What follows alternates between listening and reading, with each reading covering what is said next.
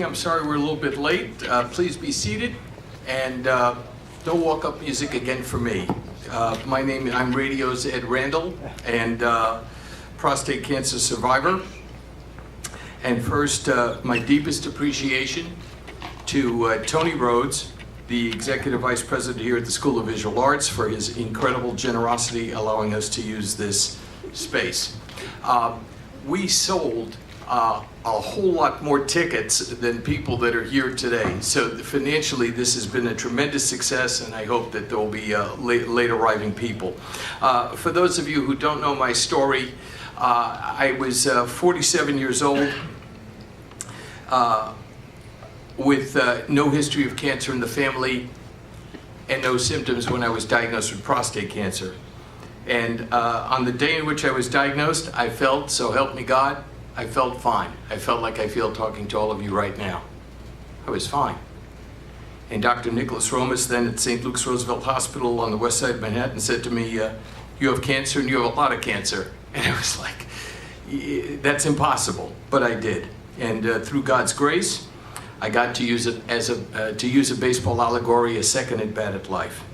Sometime after I went into my two favorite words in the English language, in remission, right there with Merry Christmas and Happy Birthday, I came to this realization that at the time on the day that I was diagnosed, I felt fine. Prostate cancer does not have any symptoms until you're at stage 4 and bad things are going to happen. And I came to this realization that because I was diagnosed with prostate cancer in its earliest stages that had no symptoms, I thought, you know what? There could be tens, hundreds, thousands, millions of men like me walking around feeling fine, thinking they were fine, when in fact they were time bombs. And we needed to get to those men.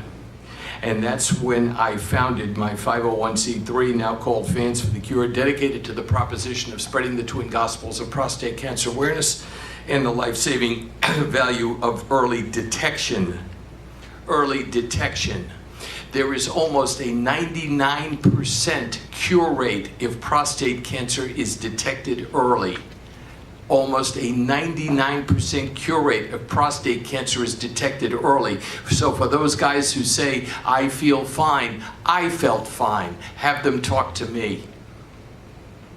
Please, if you were 40 years old and older with a history of prostate cancer in your family, our charity hopes you will every single year consult with your doctor. And if you were 45 years old with no history of prostate cancer in your family, that you will do the same thing. Let me read our mission statement for Fans for the Cure.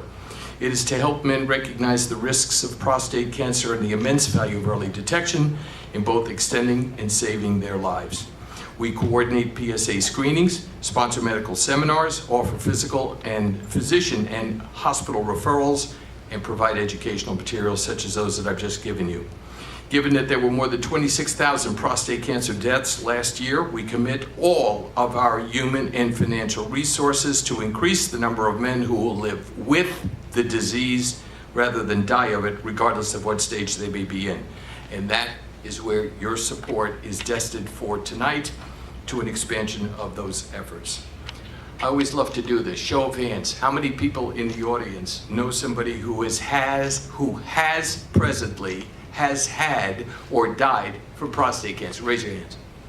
That's why we're here. The charity is about to embark on an ambitious campaign called Save a Life to screen 100,000 men in the next calendar year. And we would like all of you to be a part of it. We ask that you pledge $5 or $10 a month in honor of family members or friends who have been touched by prostate cancer. It's very simple. You just go to fansforthecure.org, where there's an orange box at the top of the page that says donate to support, and to make a recurring monthly contribution, you can just flip it so it says monthly donation for $5 or $10 a month, or whatever you choose to donate. And you will help us reach this audacious goal of screening 100,000 men in the next calendar year. The charity's Legends for Life Advisory Board is comprised of former professional athletes and others in sports who themselves have been diagnosed by prostate cancer, members of their families have. We have more than 125 of them, including Hall of Famers Frank Robinson, Brooks Robinson, Phil Negro, Andre Dawson, Carlton Fisk, and we're adding a 6th on Sunday when he's inducted, Jim Thome. His grandfather had prostate cancer.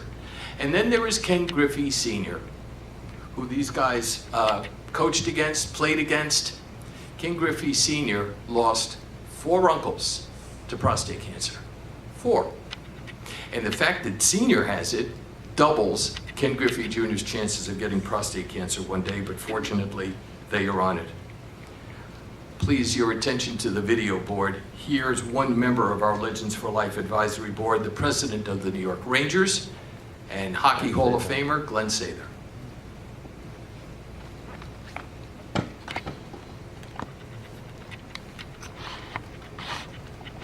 Hi, I'm Glenn Sather, and this is my story about being a prostate cancer survivor. About 15 months ago, I had a PSA test, and it was abnormally high, so the next step was that I went and had the biopsy, which was, I had 7 spots on my prostate gland that had been infected. And I did something that was probably a little radical, but I had it removed. And I think it was the best thing that I could have ever done in my life other than have the PSA test. And I think there's a lot of men out there today that need to follow up with their PSA to get checked and get screened to find out if it's early detection. And the earlier the better.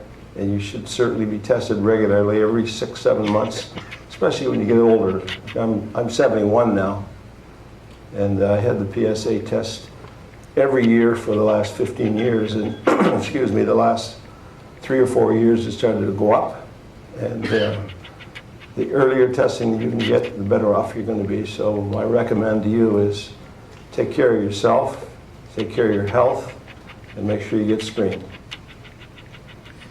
Next, with his story, in my opinion, the greatest play-by-play announcer among us right now in broadcasting, the voice of the NHL on NBC, the great Mike Emmerich.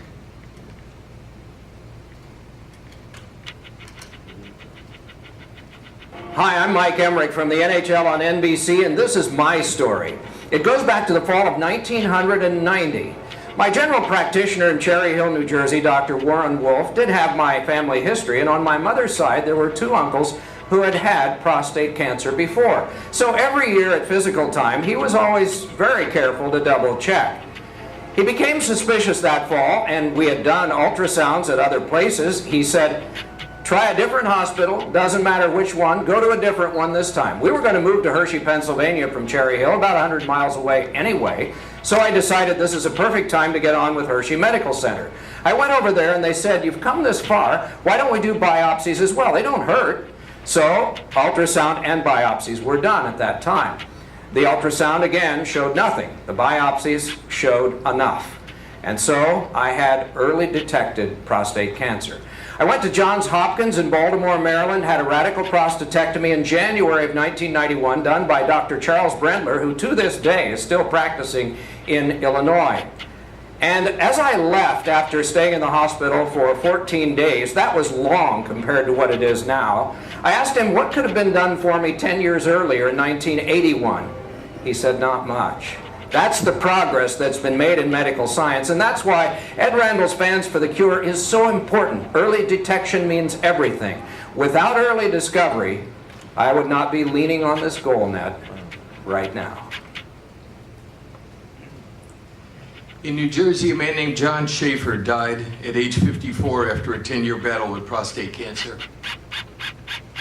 We have pink writing on our bracelets because if we don't have women involved with this effort, they're the caregivers, they're the superior species, they go to the doctors like they like it or something. If we don't have women involved with us, to use an expression I grew up with in the West Bronx, we're screwed. John Schaefer died at 54 after a 10-year battle with prostate cancer, and here is his widow, Karen.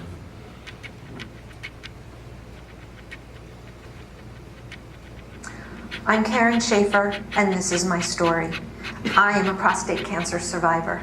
My husband was diagnosed at the age of 44 in 2004 with prostate cancer. he underwent a radical prostatectomy and suffered for the next 10 years in and out of various treatments. At the time he was diagnosed, my children were 8 and 11. At the time he passed away, a little over a year ago, they were in their teens and early 20s. For the better part of their lives, their father suffered with prostate cancer. When he was diagnosed, he was only diagnosed because his doctor forced him to have a physical. Physical he went to before that was when his mother had to drive him because he didn't have a driver's license. He was diagnosed at that physical, had a radical prostatectomy soon thereafter, and then suffered for the next 10 years. It's so important for all men to get tested, and to get tested regularly, and to be diagnosed early. If he had gone for a physical the year before, he would still be sitting here next to me, and he would still be with his children. Men focus on taking care of their families. Getting that prostate check, that PSA, is the most important way they can take care of their families. Please go do that. Ed's Fans for the Cure is spreading the word about early detection and about getting this simple blood test. Do it for your family, for your wife, for yourself. I think that's powerful stuff. We had so many tickets donated tonight for this event, for which I'm very grateful. And among our guests tonight are past and present members of NYPD, FDNY, and military service, and especially my friends who are on the detail at Yankee Stadium, protecting Yankee Stadium and its fans every single day and every single night, led by Captain Brienza, and I would like them to stand so we can give them a round of applause.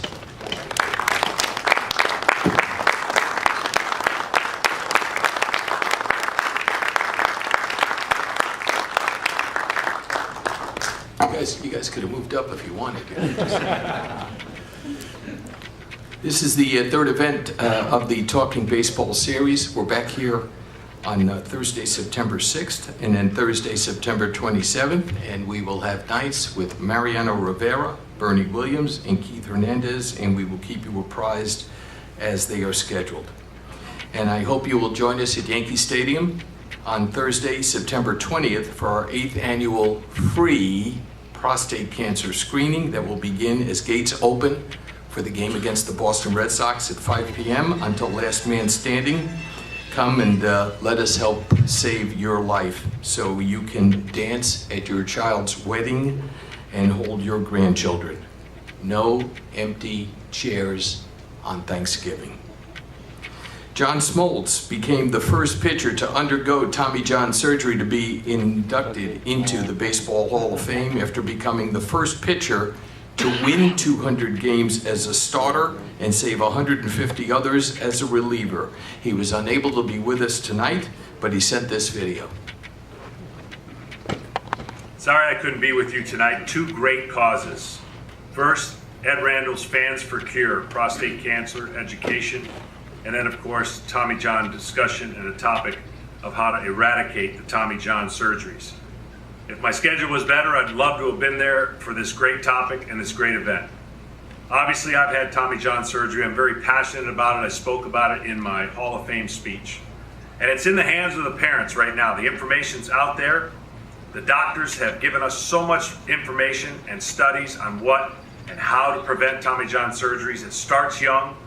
And I'll say this, too much velocity, too early, is something the young tendons and the young arms cannot take up.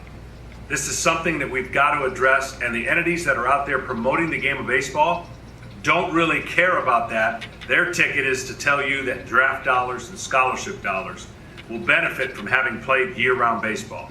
We've got to eliminate year-round baseball. We've got to eliminate the radar gun, allow these kids to have more throws, less competition throws. Throwing a baseball is not the problem. The high velocity, the high stress innings, and basically too much, too early for these young kids. I hope you enjoyed tonight's panel. You're in for a treat. I wish I could be there. And as you know, I'm passionate about the game of baseball, and we have so many young superstars that I'd like to see pitch as long as possible. Have a great evening. Let's meet our panel. Cy Young did not have the most wins in baseball, and neither did Mariano Rivera have the most saves. That distinction went to Dr. Frank Jobe. He made what many consider the most extraordinary medical advance in baseball history on our guest of honor. He won 288 games in the major leagues in a career that started in 1963 as a 20-year-old with the Cleveland Indians. He was 31 years old and pitching for the Los Angeles Dodgers when he missed the 1975 season due to the ligament replacement surgery that now bears his name. It allowed him to eventually pitch 26 years until age 46. He won 164 of his 288 games after the surgery, including 20 games 3 times, twice for the Yankees. I'll have you know, I also pitched, and I was just as good as Tommy John when Tommy John was 8 years old. Tommy told me, quote, "I'm looking forward to this event because kids don't know the difference between pain and injury. If you pitch, you will have pain. This will be advantageous for coaches, parents, and players to join us to get out our viewpoints. With the rash of injuries now, maybe we've been looking at all the wrong places. Please welcome my friend as I introduce him on the air, Tommy John Surgery."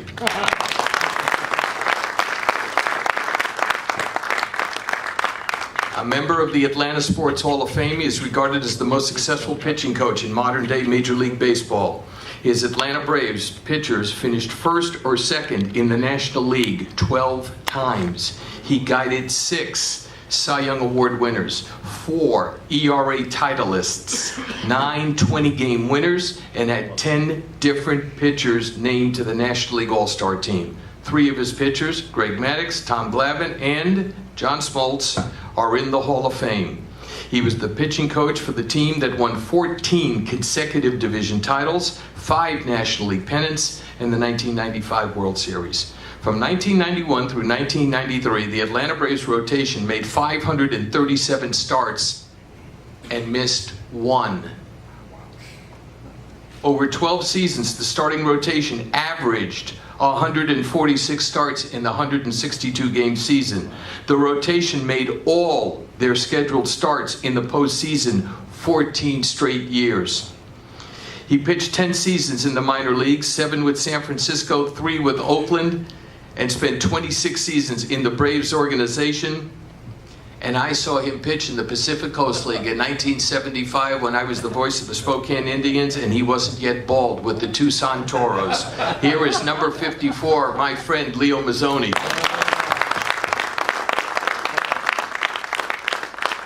And the Tucson Toros were the craziest bunch of bastards, but that's for another night. We were normal. We will tell those stories another night. Our next guest is a sought-after, inspiring keynote speaker who spent 12 seasons as one of the best pitching coaches in the game, and like Leo, also mentored 3 Hall of Famers. He had Tim Hudson, Barry Zito, and Mark Mulder in Oakland, went to the Mets and had Tommy Glavine, Pedro Martinez, Johan Santana, Johnny Franco, and Billy Wagner, and then Trevor Hoffman at the end of his career in Milwaukee. After that, he was the director of pitching instruction for the Baltimore Orioles. He is regarded as one of the most innovative minds in the game. He advises organizations on how world-class teams beat the competition, succeeding against all odds, how to be resilient in the face of adversity, and performing your best under pressure. Please welcome Rick Petersen.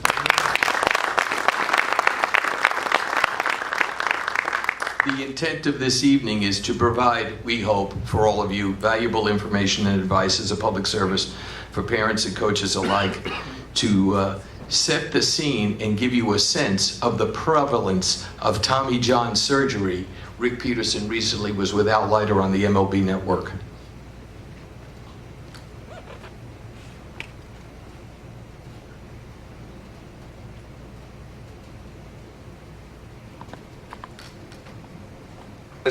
It is epidemic portion of guys from 1974. Tommy John is the first one, and there's 1,400 professional pitchers since 1974. Up to 1,400 names with some big leaguers, and all of these that we're showing right here, folks, had Tommy John surgery. there is a problem, to say the least. No question about it. These were some of the names. And when I look at this, I think of some of the crazy statistics that not only at the major level, but also at the amateur level, right, that was going on. But look at this here, people here. 1,397, I said that since 1974. You got 87% of games in 2007 that somebody in that game, at least one pitcher had Tommy John. How about this, 2007 to 2011, 57% of these surgeries are from 15 to 19 years old. So it is known, based on your research and your time, by the way, Dr. Andrews. but you were in Birmingham as a double-A pitching coach with the White Sox. Right. And you were going over with Glenn Fleissig at ASMI. Right. Part of Well, this is the one thing that we learned from Dr. Andrews' studies and Dr. Fleissig's studies at ASMI. The arm position at foot contact.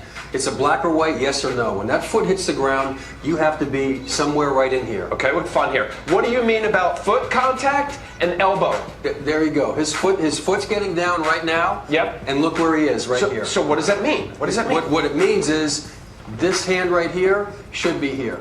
That high. He should be in this position. All right, what's acceptable? Because we see all different deliveries, right? Somewhere about in here.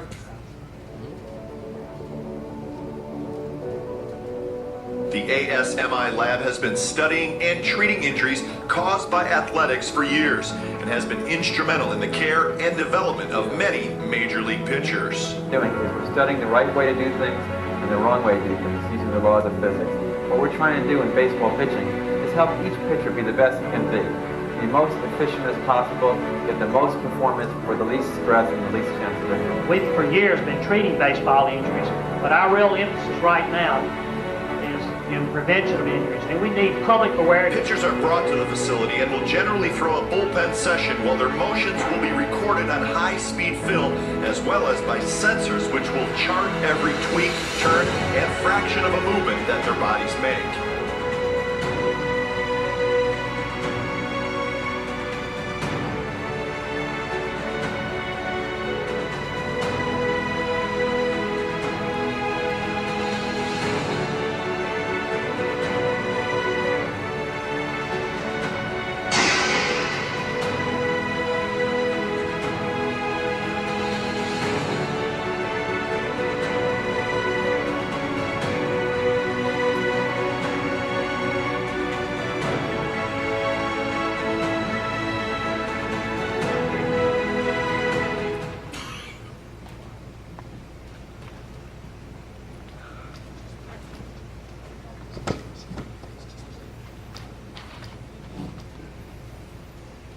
Thank you all for coming.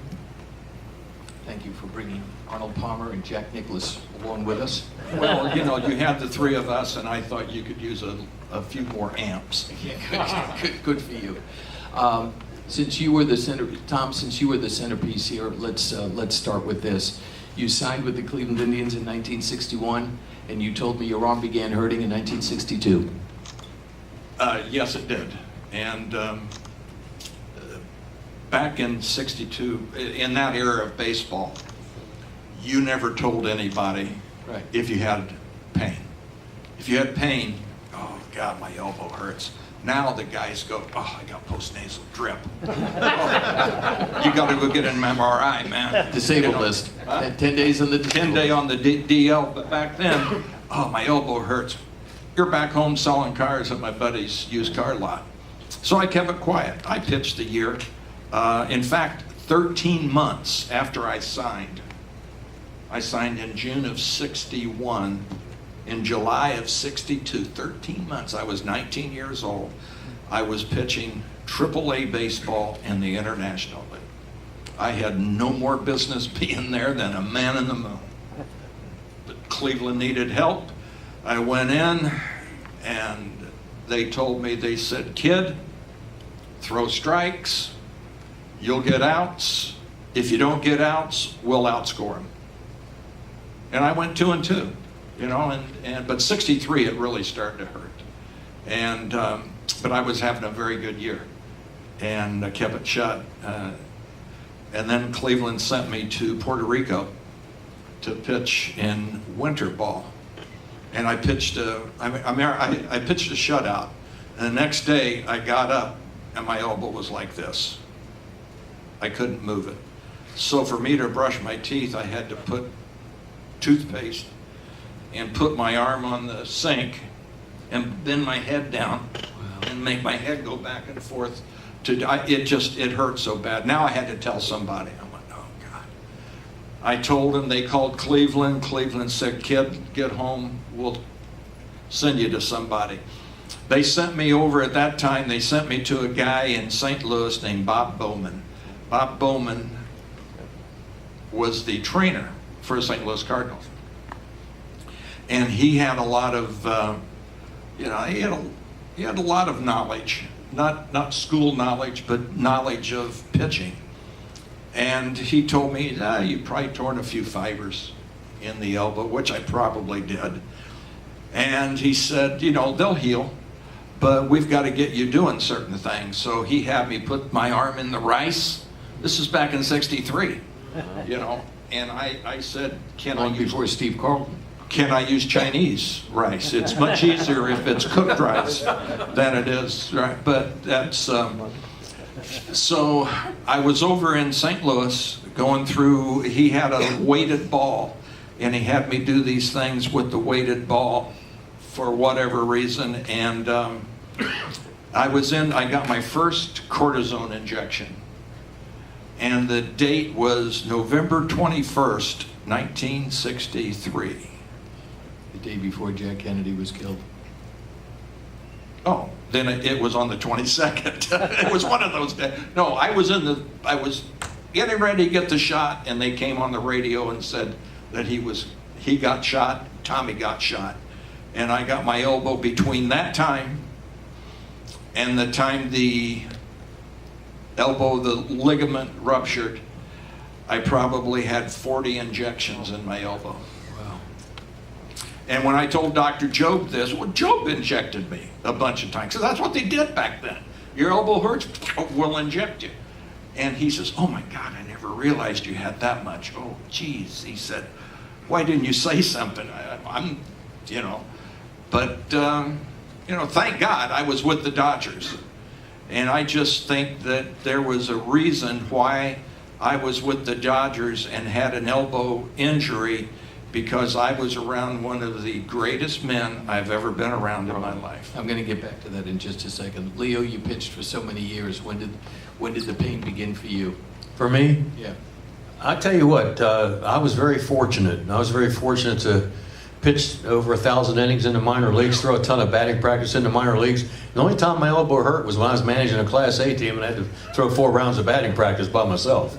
And you had to do it every day. And then as a manager in A-ball at that time, you were the third base coach, and I had the starting pitcher that pitched the night before coach first.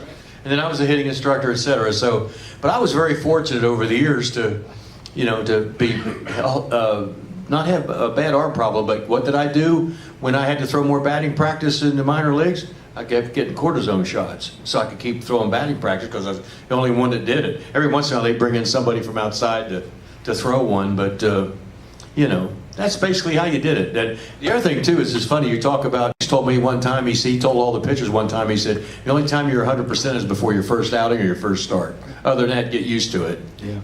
Rick, pain for you when you pitched? Yeah, ironically enough, I was 17 out of high school and I was drafted by the Baltimore Orioles. And I had 2 great schools to go to. I had a chance to go to Harvard, go to Duke. But back in the 70s, they didn't want 4-year college. You just shocked Leo. Say it again. Harvard and Duke? Yeah, I had a scholarship to West Virginia. but back then, they didn't want 4-year graduated college pitchers. They wanted either junior college or high school. So I ended up going to Gulf Coast Junior College. And my freshman year, we were ranked #1 in the nation. So all the scouts are there, and we're all there to be drafted again. So I pitched a complete game. I struck out 15. I walked 7 and gave up 6 hits. I had 13 guys on base. I had to throw every bit of 200 pitches. So the scout this Red Sox scout talked to me after the game and said, "We don't want to waste a draft. Are you going to sign?" I said, "Yeah, of course. That's why I came to this school." Well, the next day, we get into extra innings, and the coach comes down and says, "Rick, we need you to close this game out now."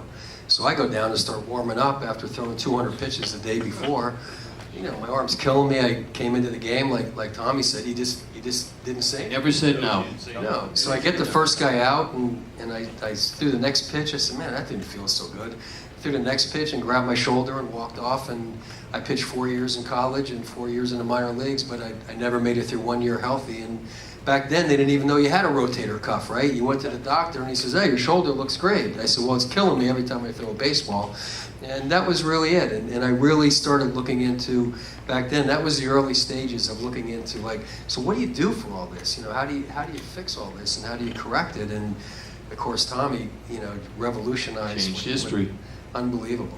On July 17th, 1974, you are 13-3 already with a 2.59 in Los Angeles. You're playing in the Montreal Expos at Dodger Stadium. So give us the condensed version of what happened. The condensed version is I was pissed I didn't make the All-Star team. You didn't make the All-Star team? Not at 13-3. Wow. Wow. The two guys that made it were two guys that we traded for. You know, the Dodgers were big on PR. Messersmith and Mike Marshall. They made the team. Tommy was 13-3. And Yogi Berra comes out with the comment was, well, I knew he was going to hurt his arm, that's why I didn't pick him. As only Yogi could say. Right. But Yogi was the manager because the Mets had won Of the Mets, had that's been right. to the World Yeah. Series the previous year with the Oakland A's. But I had a runner on first base, and I was trying to turn the ball down, and I had this pain in my elbow. I've never had it. My arm hurt, but it was the only pain I've had worse was on my second date with Cheryl. I slipped on ice and fractured my left kneecap. And I said, now I know why the mob says pay up or we'll break your kneecaps. Never had pain like that. Well, in my elbow, threw one more pitch, I walked off and I said, Walter, I've hurt my elbow. I go to Bill Bueller, our trainer. I said, Bill, get Dr. Job. I've already signaled him, Tommy. And we went down, and in that time, the trainer's room was not off limits. Anybody could go in. Huh? That's crazy. Radio, I mean, I'm there, Sokamar, and guys are doing this, you know, getting comments from me. TV cameras rolling. I can't believe Oh, I'm telling you. Wow. The only place you could go that the press was not allowed to go was the room where we ate. And the guys would go there after the game, but you go to the trainer's room, they'd be in following you all around. I mean, it was unreal. Job didn't say anything, and when I got done, he said, see me tomorrow at my office. Okay, so I went the next day, and he said, I didn't want to say anything in there with all the press, but he said, I think you've torn the ligament in your elbow. Okay, what's it going to be? Well, we're going to give you 3 or 4 weeks of rest. And then he said it could possibly heal itself. All right. 3 or 4 weeks of rest. I came back, started to throw, fine. Then I got on the mound and threw, and I started getting pain. Bill Bueller actually took my elbow and taped it up like you would a sprained ankle. I mean, he had like a soft cast on my arm.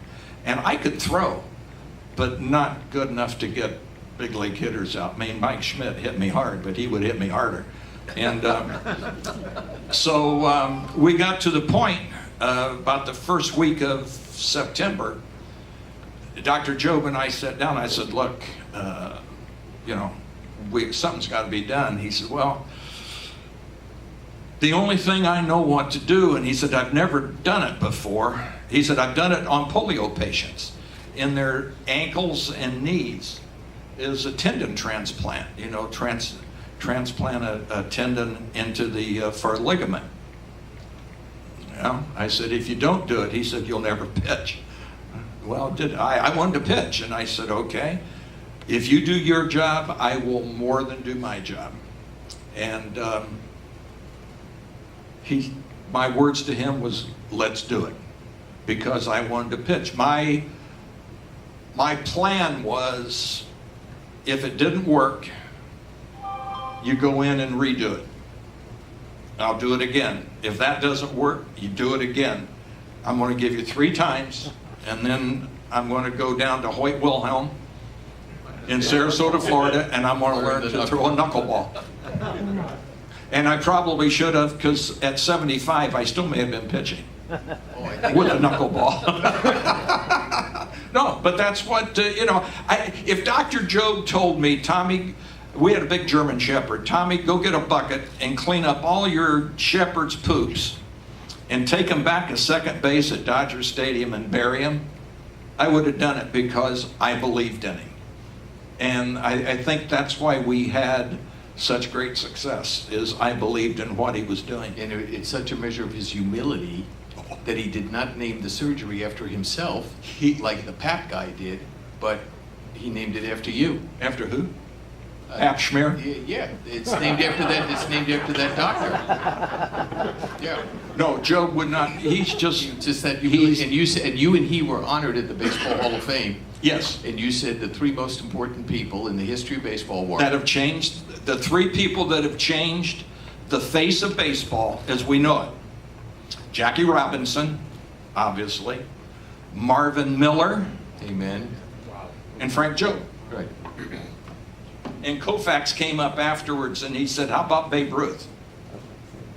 I said, Ruth didn't really change the game. He just put home runs into the game. But okay, I'll say that next time. But it did. Those three guys changed baseball as we know it. And, and Frank Jobe, Cheryl and I were out in Palm Springs, and they used to have the Curlin Jobe van on the PGA Tour. And one of the caddies said, Billy Horschel or somebody was in the van, and he said, Tommy John's there. And he said, Tommy John's out here? Yeah, he's right down the 10th fairway. You tell him to get his butt up here and see me.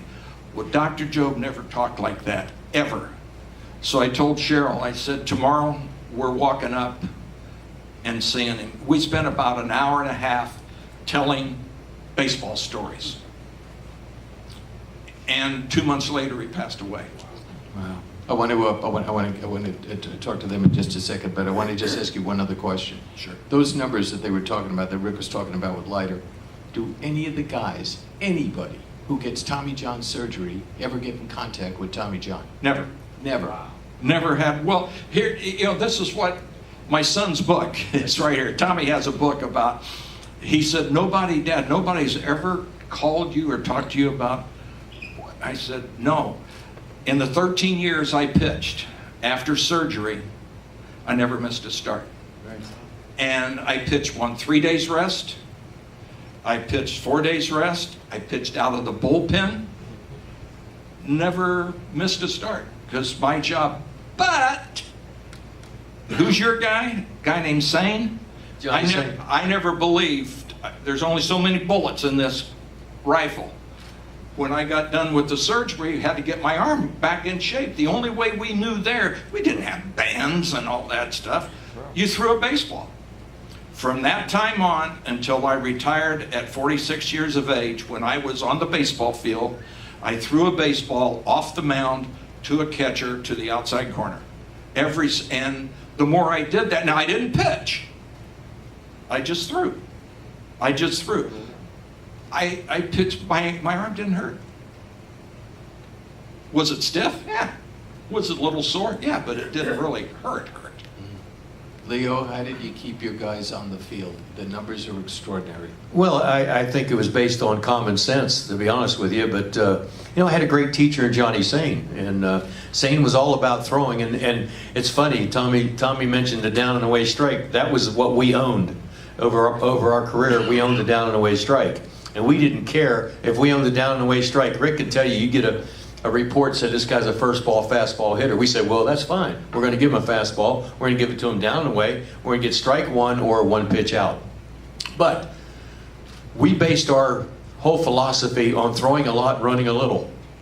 I didn't care how much the pitchers ran. I didn't care. It wasn't any place for long distance running. If they wanted to run sprints, that's fine. But we were constantly on the mound working to get better at our craft, being able to get a feel and touch for your pitches, learning how to regulate effort, controlling the effort on your pitches, good mechanics, solid mechanics, and this was going on every day.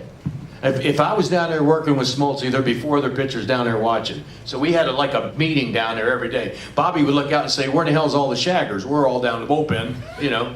And I'm hollering, let the backup guys shag. We got stuff to do here. And you know what? Bobby agreed with that because, as you well know, he made pitchers first-class citizens. And but anyway, that's what we did, and we did it often, more often, less exertion. We want the radar gun or pitch counts weren't in the equation. And you'd like to take those off the scoreboard, I'm guessing. Well, I used to cheat on it when I had a little clicker before they put them on the board, you know, and I'd cheat. You know, Glad to throw a 1-pitch straight change and pop the guy up and say, hell, I ain't counting that. That don't matter. Well, it got to be a joke with the team, you know. So Bobby would say, how many's he got, Leo? And I'd say, 72. He goes, is that the real count or is that yours? So the guys caught on to it too. But, you know, I talked some guys into, you know, throwing a complete game or a shutout, saying that they were under par, as I used to say. Hey, by the way, you're under par. Really, I thought I was racking up a lot. I said, no, you're in great shape right now. But the only one I couldn't do it with was Maddox. He'd come in and he'd go, 67. And I'd go, 64. He goes, you missed 3. But anyway, it sounds simple, but that's what we did. And it was always a 60 feet 6 inches going downhill to a catcher. Maddox wouldn't pick up a baseball unless it was 60 feet 6 inches going downhill to a catcher. But we did that constantly, over and over. Here's the other thing. Our workload, or what we did in between, did not change in Camp Leo, which we had in Atlanta for all those years before we went to spring training. And it didn't change in April, and it didn't change in September, October. We did the exact same things all the time. We didn't back somebody out for 10 days. You know, the worst thing you can do is shut somebody down and then crank them back up again. That's the dumbest damn thing you can do, and a lot of baseball people do that. Plenty of Mets pitchers went through that, by the way. Well, the Yankees are doing that. The Yankees are doing that now with CC. See, that's stupid. The reason I'm so passionate about that is, look, you want to argue with me about stuff like that? Well, then check the track record. Okay? Check the track record. We didn't do any of that stuff. What we did was we handed them the ball every 5th day. We did our same things in between. We had our routines, and we did it all the time. But here's the key, folks. You have to control the effort. And if somebody said his velocity's down 2 miles an hour, I said, I don't really give a shit if it's down 2 miles an hour. Okay? We're going to pitch with what we got on that particular day. But Sane was behind all that thought process for me as far as changing speeds. And one time Maddox got the young guys together in spring training, and he said, you all know why I'm a millionaire? Because I can throw my fastball where I want to. He says, you know why I got beachfront property in LA? Because I can change speeds. Thanks, Leo. That was the end of the talk. But what more is there to pitching than fastball command and changing speeds? Rick? Yeah, and I totally agree along those same philosophies. And I believe, Leo, we were talking about on your show the other day, I think it was maybe 83, where we shared the same complex, where I met Johnny Sane.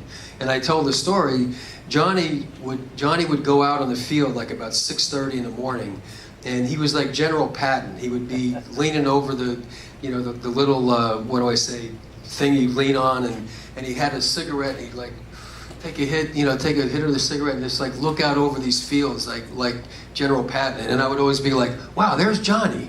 You know, he's out there now. So I'd start walking across the field, and I'm sure Johnny's going, oh my God, here he comes again. This guy's like a woodpecker on my forehead. But I knew Johnny was literally the guru of pitching back in the day. And everything that Leo talked about really was our core foundation as well. You know, we threw a lot, we monitored the effort level. But then what really kind of changed a little bit was that when we went from maybe our instincts, was the fact that in 1989, I happened to be, my first year at the White Sox, I was a AA pitching coach in Birmingham. And right before we left spring training, Larry Himes calls me in the office, the GM. He said, listen, Rick, when you get to Birmingham, Dr. Andrews has opened up the ASMI lab, and you're going to start taking pitchers in to get biomechanical analysis of our pitchers. So I walked out of the office, and I went like, this isn't baseball. Like, what the hell are we doing here? And I was the first uniformed person to walk in that lab. So now I'm getting information from Dr. Fleisig, and he's saying, listen, Rick, his arm's late at foot contact, his stride length is too short, the bend in the knee's too firm at contact, it's collapsing at ball release, and his hip rotation velocities are only 400 degrees per second. I go, what the hell does that mean? I had no idea what that meant. And so he would start explaining it to me what it meant, and I'd say, so like, what do we do with this? He said, I don't know, I'm not a pitching coach. And I happened to be in Birmingham for 3 years, and it was like going to grad school, literally. And then we started looking at literally everything. We looked at everything that's been done that's historically that has worked over the years, things that hadn't worked, and then we started really questioning everything and starting asking, talking about long distance throwing. But it was really interesting, if you think back on it, there was never a prehab throwing program. There was only a rehab throwing program.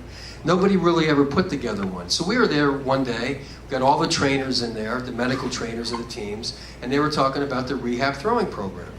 And they said, listen, we rehab, blah, blah, blah, whatever, 180 feet, 180 feet, 180 feet. And I'm sitting there going, I'm trying to figure this out. I'm going, what is that, like 3 times the distance, 3 times 60, 180? Why 180? So finally they opened it up to questions. And I said, is it possible, I'm just curious, like, who's the throwing partner with all the rehab throwers? Trainer, trainer, trainer, trainer, trainer. I said, is it possible that your trainers can't throw further than 180 feet? And everybody started laughing, and that's why they stopped at 180. So when we looked at, like, for example, how do you develop arm strength? So you look at power, speed, and strength. So I asked the question, what's the strength component of our throwing program? If you look at throwing contests across all competition, it's all based on distance. Nothing's based on velocity, to Leo's point, it's all based on distance. So in order to develop arm strength so that we can get on the mound with low effort intensity, so we can constantly, again, to this point, statistically, sabermetrically, the fastball down and away at the bottom of the strike zone is still the best pitch in all of baseball. And if you look at the data and what batting average is on that pitch, the highest I've ever seen, I think, was Pujols at 221. Now you get 6 inches above here, you're going about 280. 221. The average in the big leagues on all pitches at the bottom of the strike zone at that down and away quad, it's under 200. It's under 200. So getting back to that, we started looking at how can we cycle arm strength type of throwing, and then also bring it back to the mound so we can get on the mound as much as possible, because that's where it's all happening. So the last thing I'll bring up, not to get too long-winded about this, but once we started getting, because I grew up in an old school baseball family. My dad played in the big leagues. My dad was a GM of the 1979 World Series Pirates. So I was around Don Osborne, who was Danny Murtaugh's pitching coach. You played pepper with Roberto Clemente. With Roberto Clemente as a kid, day after day. He'd always go, Ricky, come on, me, you, we play pepper, we play pepper. I played pepper all day long. Roberto, are you kidding me? I didn't know who he was back then. All I know, he was a good pepper hitter. Turned out to be a pretty good player, by the way. But it came down to, the fact that in God we trust, all others must have data. So we wanted to take all the old school baseball knowledge and start to question it, and it turned out that Johnny Sain, everything that we tested that Johnny Sain did, Johnny Sain was the first one to start having pitchers pitch uphill on the backside of the mound. And when I went to Shea Stadium my first year with the Mets, we built a backward mound with a rubber that the pitchers pitched uphill. And as Leo knows, the buses would pull in from the other teams, and they'd walk around our bullpen to get to the clubhouse. So when the year before I got there, we were last in the league in pitching, so we started off trying to get better. So the teams would come out, and guys are pitching on the back side of the mound, are going, geez, no wonder these guys are struggling. They don't even know what the hell side of the mound they're supposed to be on. But then, very quickly, I'd like to say, then the Moneyball era, we looked at data like you can't even believe. What it validated more than anything else is that the old school principles are as sound as any. But I think over time, the modification of it to sprinkle some other things that we learned in there from the information is totally valid. The old school may be valid. Just some numbers that I picked off before we came down. In '68, when Bob Gibson somehow lost 9 games with a 1.12 earned run average, 6-1-0 losses in that season, he had 28 complete games. He had 28 complete games in 1969. Lolich in 1971 in Detroit, 45 starts, 29 complete games, 376 innings pitched, 308 strikeouts. Ryan in Anaheim, Nolan in '73, 39 starts, 26 complete games, 326 innings pitched. The following year in 74, 41 starts, 26 complete games, 332 and 2/3 innings.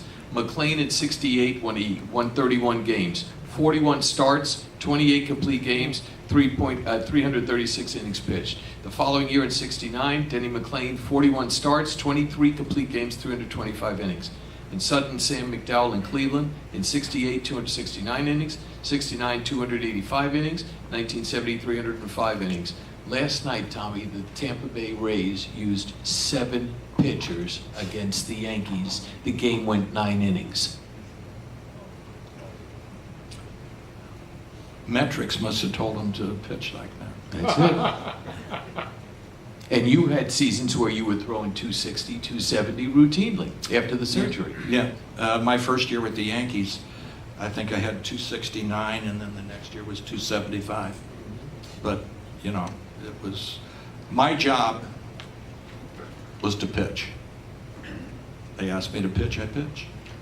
When did it change, the three of you, when did it change and who changed it? That now we have a 7th inning guy, we got an 8th inning guy, and we got a... You know, I think really it probably started with Tony La Russa. I mean, Tony was probably the one who started revolutionizing how guys used back into the bullpen, you know, for the most part. Because he had Eckersley. Yeah, but he wasn't he one of the first, like, really guys that started looking into some of these things and started questioning it. I think so, and I think that, like, throughout our great run, we all, you know, if we used the most, it was like 3 pitchers.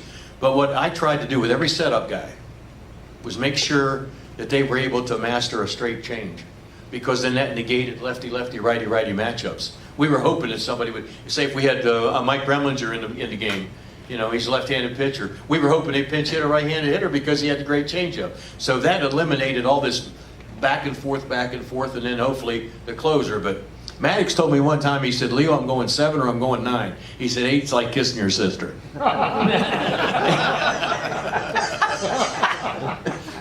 You know, one other point I want to bring up on those stats that you were reading, Eddie. One of the first things that Dr. Andrews and Dr. Fleisig did when they opened up the lab, we went back to the Bob Gibson era, and they started looking at Gibson and Nolan and Seaver and Sutton, and go on, and started asking, is there something in their deliveries that they have in common that has allowed them to have this longevity and this kind of success? And getting back to what the videotape was talking about, the one thing that the very common thread with all their deliveries, they were all on time at foot contact. Their arm was in proper position at foot contact. And that allows you to be more stress-free, without question. When I was traded from Cleveland to the White Sox, Ray Berries was our pitching coach, and he was, slow down, you're rushing, he was talking Mandarin Chinese to me. I had no idea what he was saying. So one day I'm leaving the ballpark in Sarasota, and he's out hitting wedge shots. He's going, I said, what are you doing? I can't hit this club. I said, well, my God, you know, I said, get it back, get it set at the top, and then accelerate through the ball. He said, wait a minute, you mean like this? Boom. He said, that's the way I want you to pitch. Well, he told me something I could see and I understood, I could visually. And the only other thing he said, 1965, when your front foot hits, your arm's got to be up ready to throw. That's all we worked on. Ball out early, get it up ready to throw, and then all you do is just turn and throw. And that's my point. That's biomechanically sound. I mean, it just so happens. And Ray knew nothing about biomechanics. Of course. And it was just, you know. Well, it's just that the data validates it, I think, is what it comes down to. And to the point about what you just brought up, when Sandy Koufax came to spring training my first year with the Mets, and he was talking to all the guys, and I mean, God, it was a shame we didn't have it on videotape or audio tape, but we're in the bullpen. And he said, you know what, guys? He says, you guys got to like back off a little bit. Take the grunt out. And he said, you know what? He said, let me tell you this story. He said, we were in spring training, and he said, this is before Sandy Koufax was Sandy Koufax. This is when Sandy Koufax had a good arm, but was not a very good pitcher. And he said, I was scheduled to pitch 5 innings that day, and in spring training, and the person that was going to follow me was going to finish up the game was flying in. Well, he missed the flight for whatever reason, so Sandy said, look, I can pitch more than 5 innings. So Norm Sherry, his catcher and roommate, said, hey, Sandy, listen, this is only spring training. You need to back off a little bit. You know, you don't want to like go out there and extend yourself. And he said, just like pace yourself a little bit, just take the grunt out, get your foot off the gas pedal a little bit. He said, well, I pitched a complete game no-hitter in spring training. And he said, then I realized, you know what? This isn't about trying hard, it's about trying easy. And it's about taking the grunt out. And that's Sandy Koufax, that revolutionized his career. That's huge. You guys all remember Jarrett Wright? Okay, Jarrett Wright was let go by San Diego. He threw about 94 miles an hour with a recoil. And, you know, his shoulder was bothering him. So Bobby says, you want to take a shot at him? I said, sure. So Jarrett comes out and we get down to the bullpen for our first session. I said, look, all I want you to do is throw about an 80% effort, and we're not going to jack it up. I said, and all we're going to do is throw fastballs down and away righty to righty. And so, you know, so I showed him an alignment as far as lining himself up with the down and away strike. And he started throwing it, and he's hitting it, and he's hitting it, and he's hitting it, and there's no recoil. I said, how much effort you putting on this pitch right here? He goes, about 85 or 90%. I said, you know you're hitting the target every time, and your mechanics are perfectly fine doing this. I said, would you trust that in the game? Hell no, I wouldn't trust it in the game. I've always been told I got to go 100%. There's nothing more less than 100%. I said, well, here's your choices. Trust what I'm telling you, because the track record here is pretty good. I said, trust what I'm telling you, and locate 90, 91, as opposed to gunning it up to 94 or whatever you hardly throw, have a recoil, hurt your shoulder, and get released by us. What do you want to do? You know? And he goes, you think it'll work? I said, well, yeah, I think it'll work. I said, but the important thing is you need to think it's going to work. So now I'm telling Bobby, I said, we got to get him in a game with a big lead. You know, Bobby goes, oh, good, Leo. He said, we're going to have to get a big lead, and I'm going to have to use him in the 7th or 8th inning against right-handed hitters, huh? You want me to do that instead of just managing the ball game? I said, no, I'm just, if the occasion arises, you know. He goes, okay. Well, we were playing Montreal, and we had a 7-2 lead, and Bobby goes, it's a good time for Jared, isn't it? It was the 8th inning. I said, yeah. He goes out and throws 3 up, 3 down, 1 strikeout, 9, 10 pitches. He sits down and goes, and he had this chaw in his mouth. He goes, is it supposed to be this damn easy? I said, well, yeah, it is, but you've made it hard your whole damn life. He ended up being our go-to guy in the 8th inning, and then the next year he won 15 and got another big contract with the Yankees. But that was how, and you know, everybody used to say about how we regrow these young old pitchers like John Burkett and all them. It was all about fastball command, but it was also about the amount of effort and command of the down and away strike. But if you think in terms of being sneaky quick instead of overpowering, you automatically smooth out.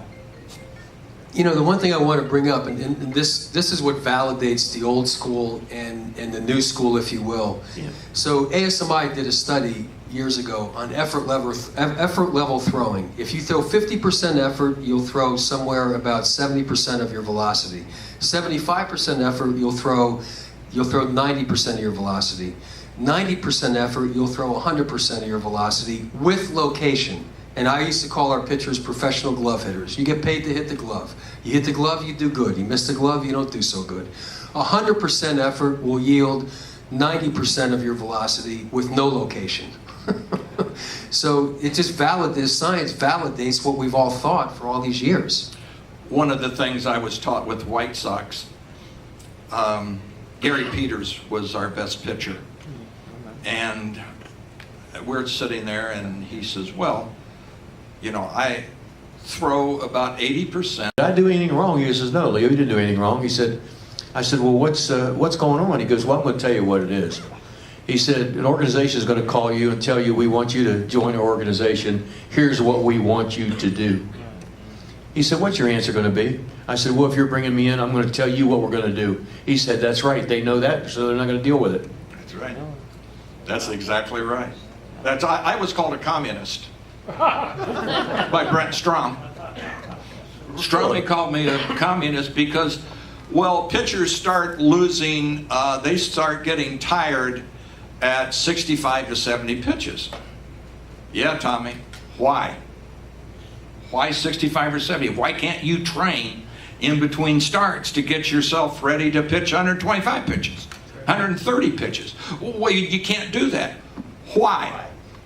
And I kept asking why. I don't accept you just do it this way. There's got to be a reason. Why? Why are they out after 100 pitches? What is the holy grail? What the hell is 100 pitches? I have no idea. I don't either. I know that what we had was a max out inning. That's basically what Bobby called it. He said, Leo, is he going to max out this inning? Yeah. Well, it didn't matter what the pitch count was. He's going to max out. That means we were going to take him out. And then there was going to be times when he didn't max out. That means he kept on going, you know. So, I mean, you understand the body language, the fatigue factor, the mechanics of the situation, then basically, I talked to a doctor. I was out in Scottsdale for spring training, and I talked to a doctor, and he said to me, Leo, he said, you can make a pitcher a 6-inning pitcher, you can make him a 7-inning pitcher, you can make him a 9-inning pitcher. He said, you can make him a 10-inning pitcher if you want. It's all how you start out with them, and what you want to build. So, anyway, and then I had a talk with the farm system, and they invited me out to talk about our success with Healthy Arms, and we had 3 minor league pitching coaches there. Well, the one minor league pitching coach, I said, look, if I'm running the farm system, and I've got my prospects, the 5 best arms in AAA start, the 5 best arms in AA start, and the 5 best arms in A-ball start. I said, I do not believe that you develop a reliever in the minor leagues up to like halfway through AAA, depending on the needs of your major league club. So that way you teach yourself how to pitch. Well, one pitching coach said, well, Leo, since you've been out of the game, guys are throwing a lot harder now, so we can make him a reliever at A-ball. I said, apparently you didn't hear a blanking word I said. I said, if you're telling me this guy has a great arm and throws a lot harder, I said they start so they can learn how to develop their pitches. You know? What's the big deal about one guy coming in and throwing as hard as hell as he can in the A-ball? And what's he going to develop? He's going to develop a sore arm. That's what the hell he's going to develop. You know, to Leo's point, and I think this is one of the biggest factors of all, and I know that without talking about it, we share exactly the same philosophy. It's about building a delivery that you can repeat and sustain. Number 2, it's about fastball command. Number 3, it's about developing a changeup that has similar spin to your fastball, because that's pitch recognition. There is no pitch recognition with that type of pitch, because it has the same spin as your fastball. We actually fooled around and we used to call it a similar to your fastball, but it's just a different grip with the same spin. And then your breaking ball. But now and I think to the 100 pitch count, really, I think once sabermetrics came in and they started looking at every stat that you can possibly look at, what it came down to is there were very few pitchers that were as good as the pitchers that Leo had, and a lot of the pitchers that I had, that the common thread was they had fastball command and they could change up, and they could locate a changeup. Well, that's going to allow you to flip a lineup over 3 times and even 4 times. The other type of game with a fastball, breaking ball, and no changeup, that's very difficult to flip a lineup over 3 or 4 times. So it's really the style of pitching. You made an outstanding point there too, because I was asked the question, what do you think of managers taking pitchers out of the game 3rd time around the lineup? Because analytics say that's when they usually give up runs. I said, what I call that is a manager covering his ass. You know why? Because, he could, if he takes the guy out, well, I took him out because, blah, blah, blah, blah. I talked to Glavin. I said, Tommy, your name is Hill, left-handed pitcher for the Dodgers. I said, you've pitched 4 1/3 innings, you got no walks, 7 strikeouts in the World Series, and the manager, Roberts, is coming out to take you out. What's going to happen? He said, there's going to be a fight on the mound. I'm going to tell you what right now, this is how I really feel. The way Joe Madden the year before and the way Roberts last year handled pitches in the World Series, I thought was a joke. Madden almost cost them a World Series in Game 7 when he took out Hendricks as quickly as he did. Couldn't wait to get starters out. I don't get it. I mean, I do to a certain degree, but you know what? That's a joke. If the guy's not pitching well, you take him out. If he's pitching good, he's not laboring, you leave him in. It's not that tough. Exactly. Tommy, do you even recognize the game today? I don't even watch the game. Wow. I've had a lot of guys say that to me. I don't even watch it. I never watch you. Anybody here watch the All-Star game? Yeah, I watched it. Watch the All-Star game. Raise your hands. Got a 6.5 rating. 8 million fans. 8 million viewers watch the game. There used to be 35 million viewers. They killed the game when they started Interleague. That was the end of that. Well, yeah, Interleague. They need to eliminate the American League and National League now. There's no American League and National League. You got an Interleague game every day. And boy, do I miss the the mystery behind the American and National League. You know, You remember what Oh, those man. All-Star games? Well, he was Oh, in the those All-Star game, All-Star yeah. games. Well, I was in on both sides. And I can tell you this, American League, we went in to play the National League, and it was, you know, then 77, 78. I didn't make the All-Star team in 77. I was only, I don't know, 12 and something. But 78, we made it, and the guys that got up, Pete Rose and those guys got up. We're gonna beat these effing guys. This is the American League. We're not gonna. And it was like, I went, holy jeez. This wasn't anything like the American League. Exhibition game. It was the American League. This is going to be 9 innings. We'll get it over with and go on and play the second half. The National League, they wanted to beat their butts. All right. And they did for a long time. I tell you how they can get it back. $10,000 a man to the winning team, 0 for the losing team, and then you'll see guys play a little harder. It's still the only All-Star game that matters, because I mean the NHL is a joke. Oh, and score 17-12. The football, Oh, the kick off NBA the is- helmet, basketball it's ridiculous. is horrible. Basketball's ridiculous. Score 170 points and score 130 points and lose. A lot of tonight was also going to be about, and is going to be about, injury avoidance. Rick, I'll start with you. And we talked about this in spring training when I went around to talk about prostate cancer at the various camps, and we spoke. Dylan Bundy, great talent, and still gets hurt. The Mets, with all their starting pitching, all those guys have had Tommy John surgery. Are the seeds sown for future injuries while they're still amateurs? Well, I don't know if everybody's aware of this, but ASMI and Major League Baseball, Rob Manfred, they've engaged in a 5-year study. They're 4 years into the study. So in the study, for the teams that want to participate, the high school, college pitchers that are assigned, they do an MRI on their arm, they do some other medical screening, and then they get a biomechanical analysis from ASMI, and then they track them. So what they're finding now is that most of these pitchers that come into Major League Baseball and they sign a professional contract, they already have micro tears in their UCL already. You know, so these injuries, and I think to bring up what Tommy was talking about earlier, the Tommy John surgery, the UCL, this is not a one-pitch injury. This is a slow. It's like if you drive your car and you put your foot on the brake and the car pulls to the right, you can still drive your car, and your car's going to perform. But you're not getting 40,000 miles out of that front tread. And every time you're late at foot contact, you're wearing out the UCL. It's just that simple. And so these kids are coming in. We saw the numbers. I think it's even higher now. I think it's almost 60% of the Tommy John surgeries that are being done. They're being done on teenagers. These are not being done on professional guys. And then you look at Dylan. You bring up Dylan Bundy.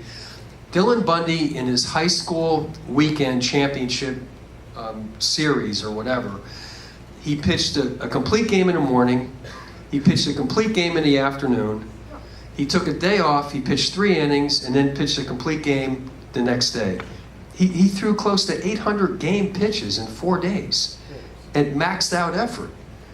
And in the article afterwards, his dad was quoted saying, "Don't blame the coach, we've trained for this." Well, I don't know if you realize this, but there's no physical training for tendons. You can train for muscles, you can't train for tendons. You know, so when you look at what's going on with all this, it's really the amateur market that's really a big cause. But to Dylan Bundy's point, one of the platforms of our pitching development program is to get a biomechanical analysis of all our top prospects as they came into the organization. Well, the basic philosophy in Baltimore right now, I mean, this is like, these are dinosaurs. So we get a biomechanical analysis of Bundy, and he's late at foot contact. And so I'm getting messages from everybody, listen, don't do anything with this kid. I said, okay, I don't know if you understand this. Maybe bring in Dr. Fleisig and Dr. Andrews, let them explain it to you if you don't want to listen to what I'm saying. He's jumped out of the plane, he's got no parachute on, okay? At some point, he's going to hit the ground. It's just that simple. Because you can't keep pitching and being late at foot contact, just like Strasburg. On that videotape, that was Strasburg in college, late at foot contact. That was Strasburg with the Nats, late at foot contact. So how many years do you think he's been throwing like that? What what do you think's going to happen? It's just that simple. And especially when you're talking about maxed out effort to go with it. He went to the University of Tom House, didn't he? Tommy, you were a great multi-sport star growing up in Terre Haute, Indiana. Jacks. I was really good in jacks. Good at jacks. Yeah, but you were good in other sports too. Now the kids are being told play only baseball. That's my son's book is about that. He treats soccer players, one sport, soccer, all the time. Your body can't sustain that. You get football players, one sport, your body can't sustain it. You'll get ACL tears, you'll get concussions, you'll get all this. You can't do one sport, but that's what they're doing now. And the thing that my son's up against is a $10 billion a year system, and that is travel teams. These guys, they feed the parents all this BS that you come with my team. My son Tommy was Minnesota High School Baseball Player of the Year in 1996. And I had a guy tell me in his junior year that he could travel, play on the Minnesota, whatever they are, I don't know. And I said, how much is this going to cost? Well, he said it's going to cost $5,000. I said, well, my son's going to play American Legion ball with his buddies. Oh, well, he'll get a chance. He'll be seen by scouts. And I said, my son will be seen by scouts. And if not, he can go to college and be a school teacher. He doesn't have to play baseball. But they're being all this bull about money. You go there and you can get a scholarship to college. You can get money from a draft. You can be a gillionaire. Parents buy into it.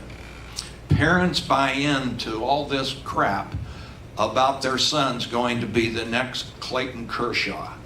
Their son can't walk and chew gum. I'm serious.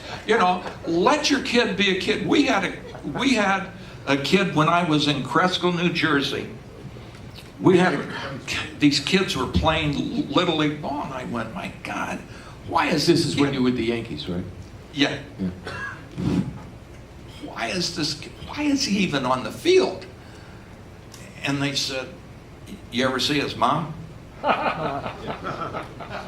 The kid made the teams because his mother was a 12, set up with short shorts, tight tops, and the coaches got him, and I said, you gotta be kidding me. The kid can't walk and chew gum. Walk and chew gum, but his mom looked good.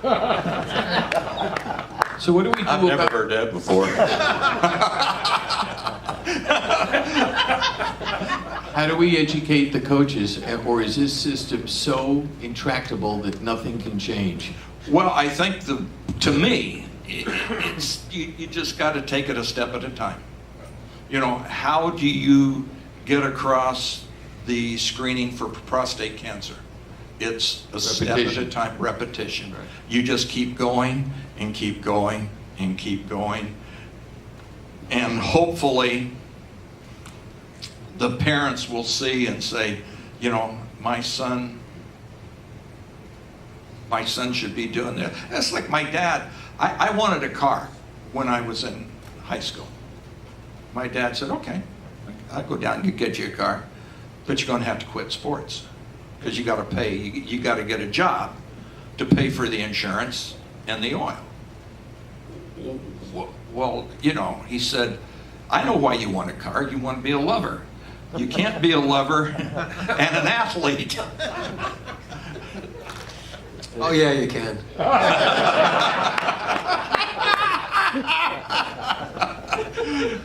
So I drove my dad's car, but I played basketball.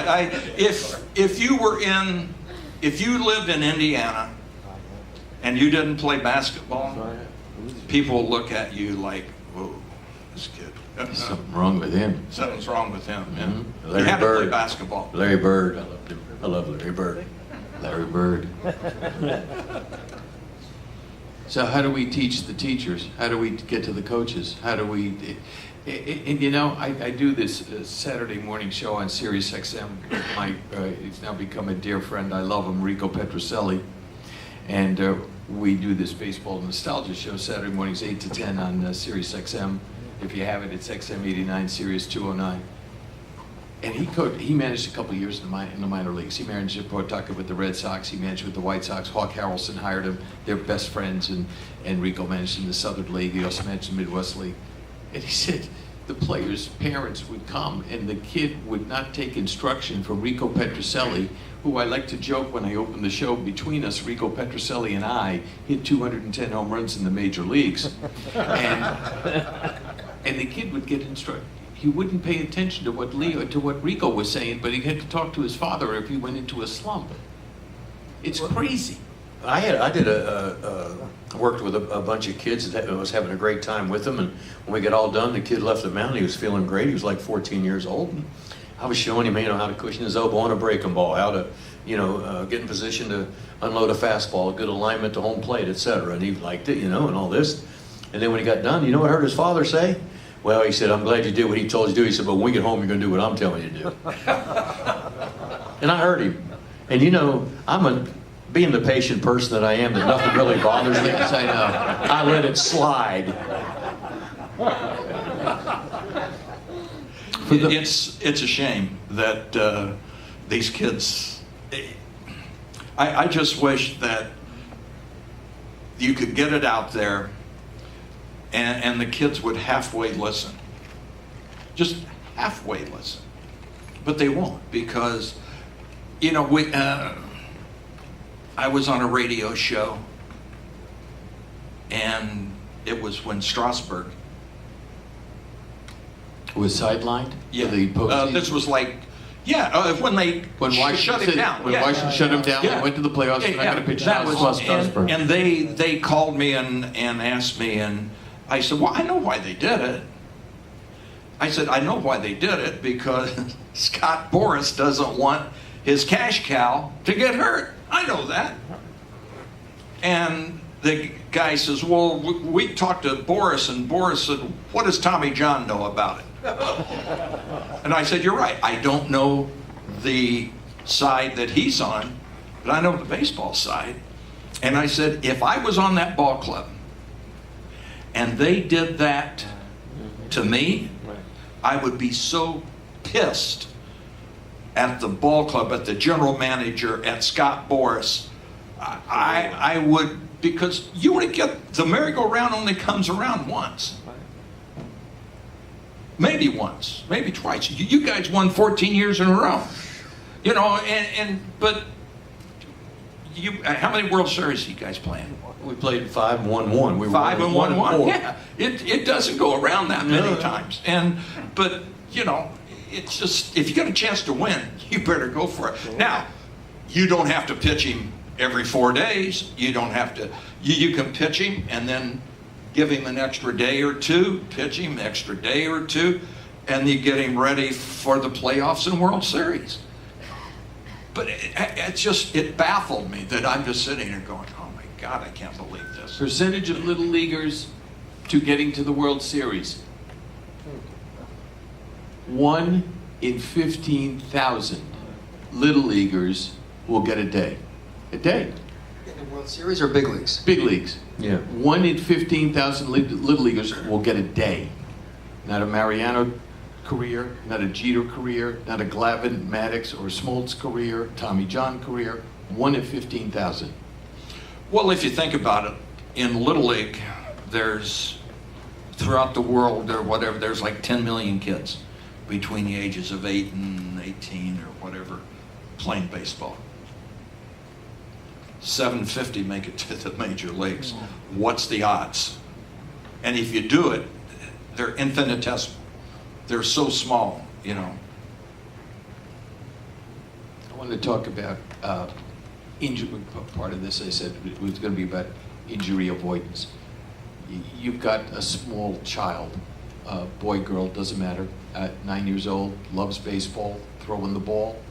How do you teach them to pitch? What do you do to protect them from injury?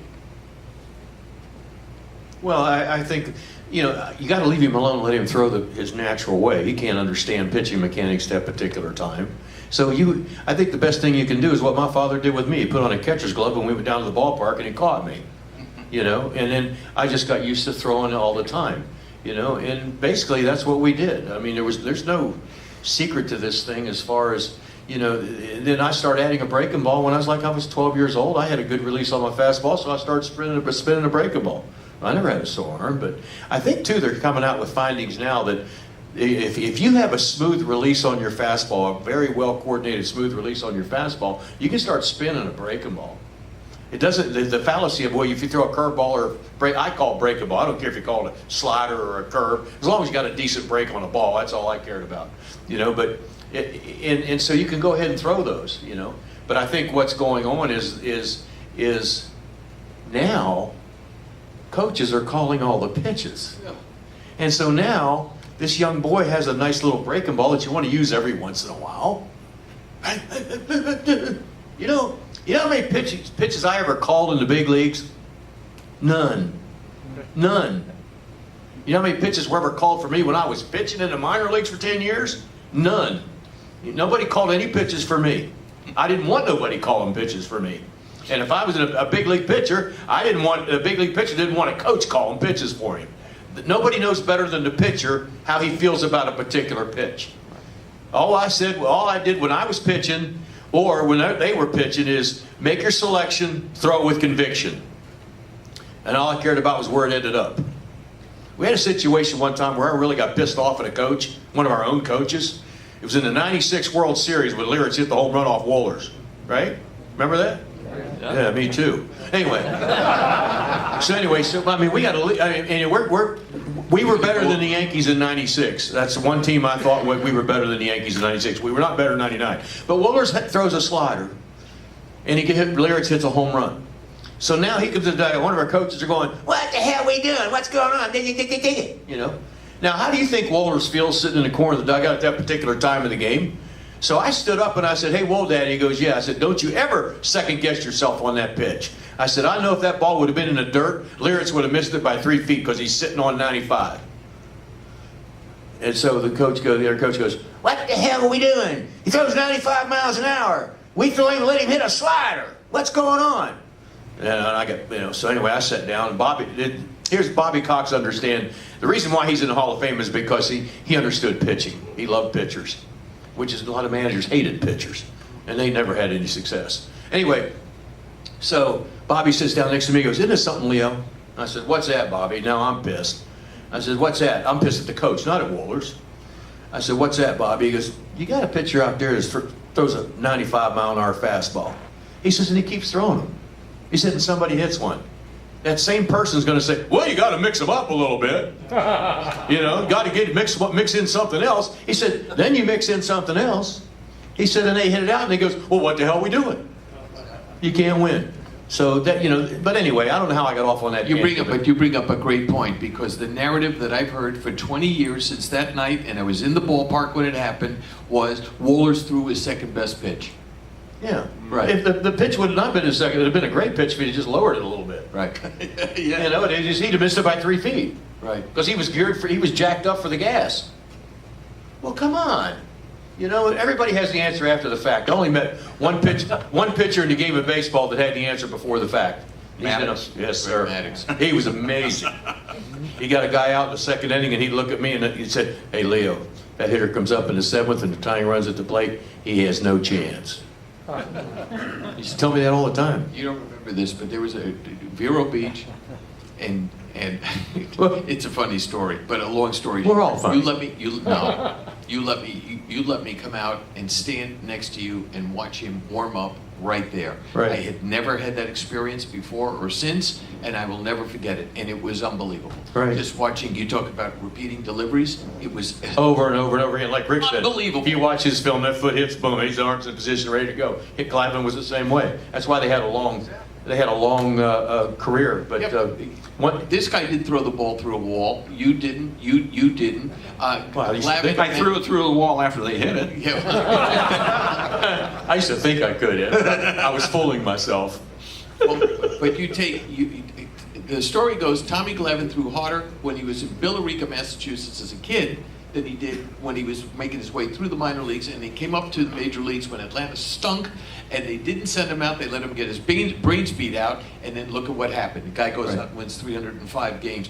But does Glavine get signed today? Does Maddux get signed today? I used to do this.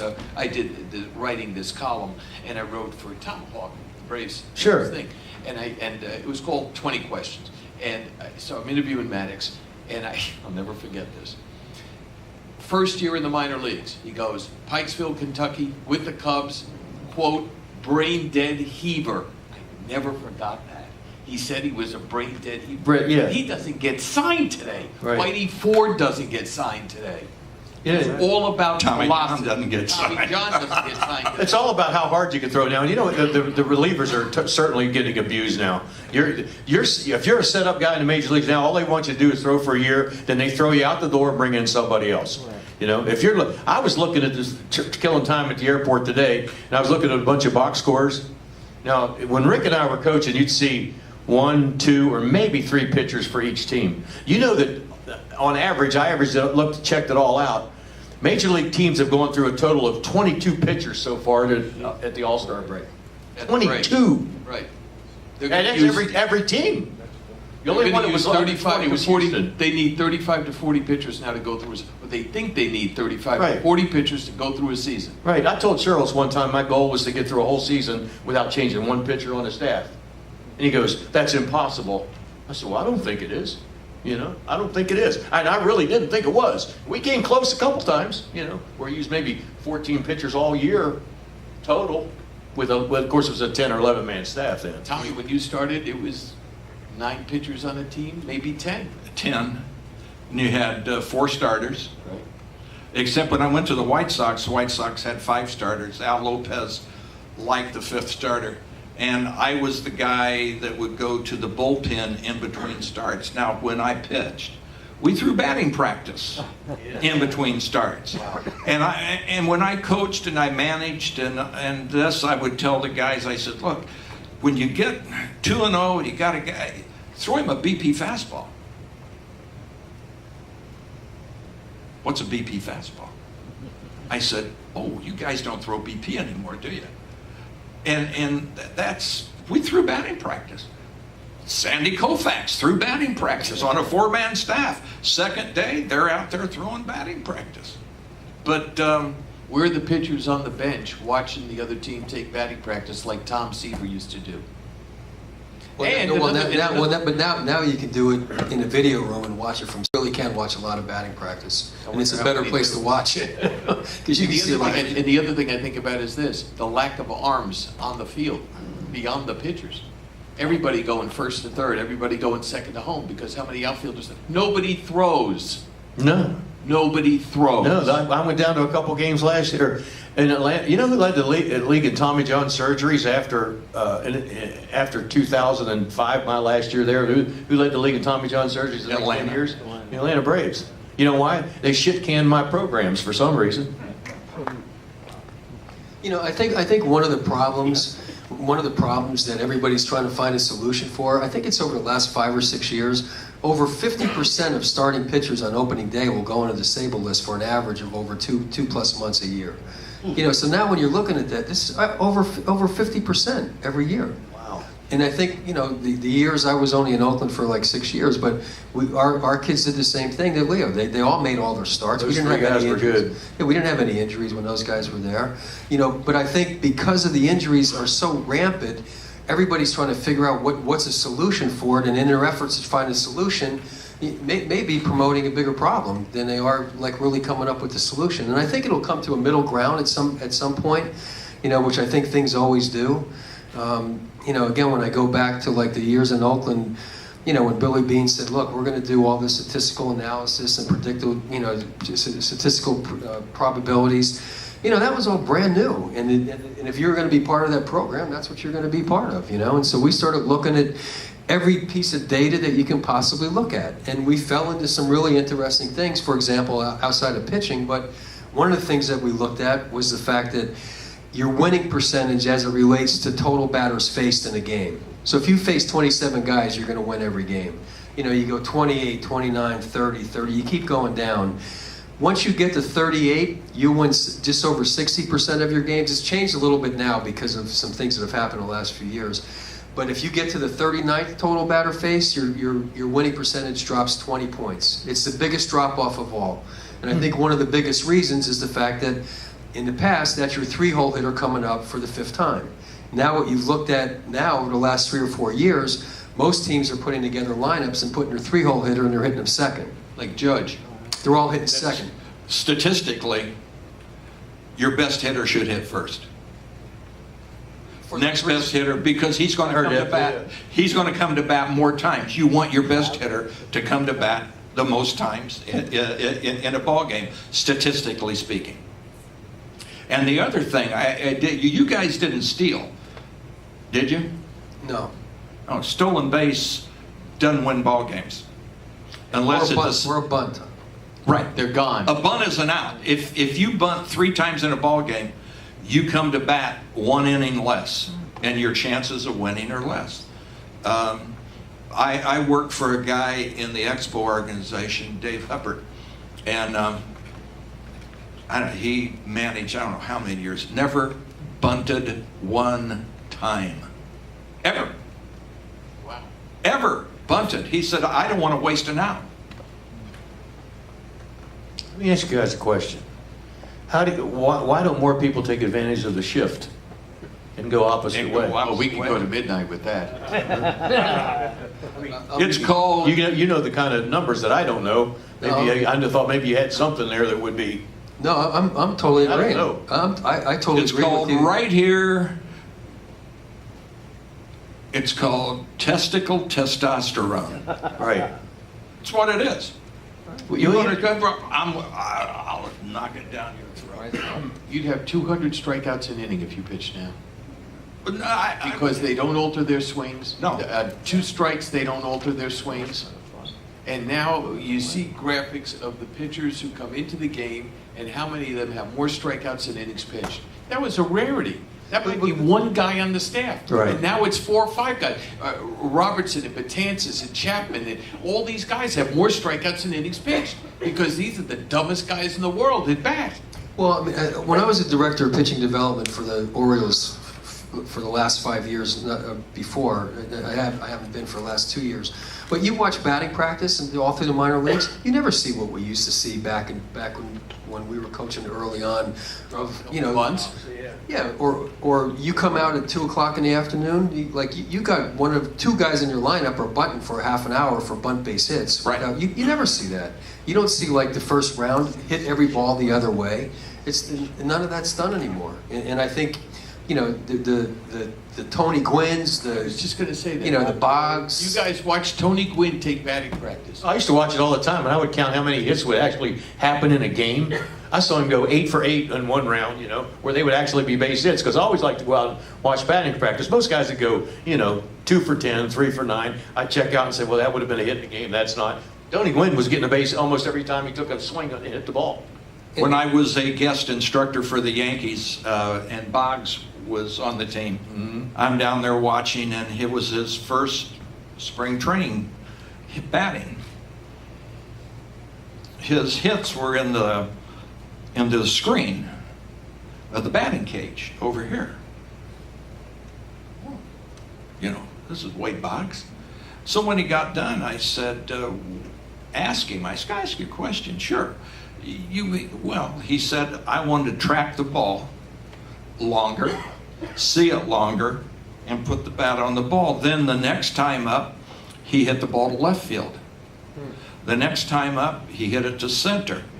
Then the last time they were up, he hit the ball to right field.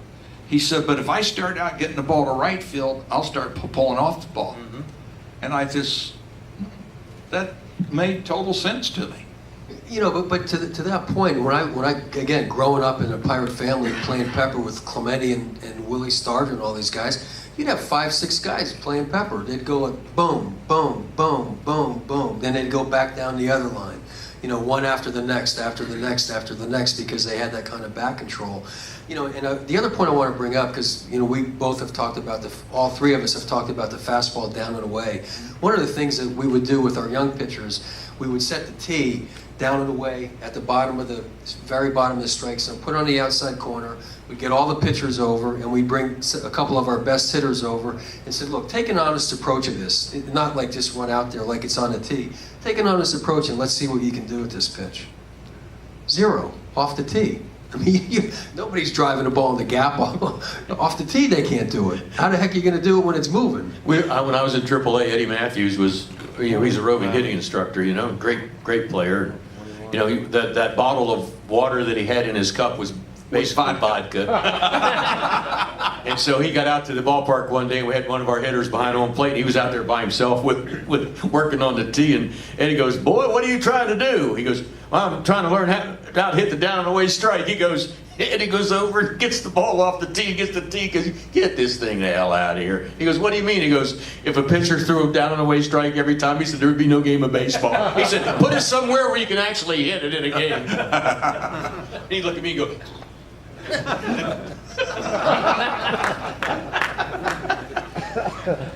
Eddie, Hank Aaron told me one time, he said, "Leo," he said, "if you're in spring training and you go in a bar and Eddie Matthews is in there," he said, "turn around and walk out." He said, "Because you will get in a fight." Tony Kubek told me when he was doing the Yankees many years ago, he said Matthews would walk into a bar to seek out the toughest guy in the bar so he could kick his ass. Just for the sport of it. Just to do it. I got into a fight on the field. No, I'm not. You got into a bad fight on the field. With Dick McAuliffe. Dick McAuliffe charged the mound when nobody charged the mound. 3-0, and he runs up on the ball like he's going to bunt at 3-0. It's the big leagues, Dick. 3-2, he fouled a couple off, and I don't know where this came from, but I threw it, and it went over everybody's head. I mean, it wasn't even close to him. It went over everybody's head. And he dropped the bat, and he looked at me, and I said, "Well, run up on that pitch." And he charged the mound. So I go, "Oh, shit." You know my first thought? Tony Horton Willie Horton is going to come out. He's going to kick my butt all over this field. So I tried to put a block into McAuliffe. And he ran his knee into my shoulder and separated my shoulder. And now I'm on there, like this. The next day, I'm in the hospital in Chicago. I get a phone call. Worst effing tackle I've ever seen in my life. You dropped your head. Get your head up and drive through him. And I said, "I never played football. By the way, who is this?" He said, "It's your #1 fan from Dodysburg, PA. Well, the minute he said that, I knew who it was. It was a football player for the Bears named Bill George. Oh my God, he's in the Hall of Fame. Hall of Fame linebacker. So we start talking, and he said, "Dad, we get done," and he said, "You want me to get him?" And I said, "What?" He said, "You want me to get him?" He said, "Ed Obradovich and I will go into the bar where they're drinking. We'll start a fight. We'll kick his ass." That's the way you did it in Chicago. But I said, "Nah, Bill, that's okay." So the next year, the sports writer said, "Are you going to get him?" I said, "You damn right. But he'll always wonder what pitch is going to be back of his head." And I never did it. I never threw anywhere close to him. He never hit me again. Because just that little doubt in his mind is, I couldn't throw hard enough to kill a mosquito on your head if I had. But Bill George wanted to kill him. Before we wrap it up, and I know we could go all night, I'm going to give you the opportunity to talk to these three legends. Does anybody have any questions of them that they'd like to ask? Go ahead. Two quickies. Just got to speak loud because they can't hear you in the back. Why do some pitchers have Tommy John and need a second Tommy John? Why did some people have Tommy John surgery and some need a second? Didn't Jose Rio have three? Three. Jose Rio had Yeah. 3. And you know who his father-in-law was? Juan Marichal. Juan Marichal, and that's some. I told him, I said, if Juan Marichal was my father-in-law, I said I would be with him all the time asking questions.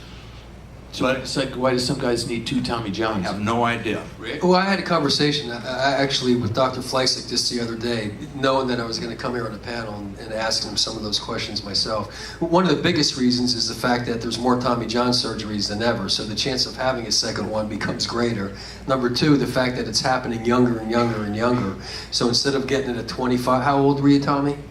31. So instead of getting it at 31 or 25, 26, 27, kids are getting them at 15, 16, 17, so the chance that ligament's not even mature at that time, so the chance of that breaking down again.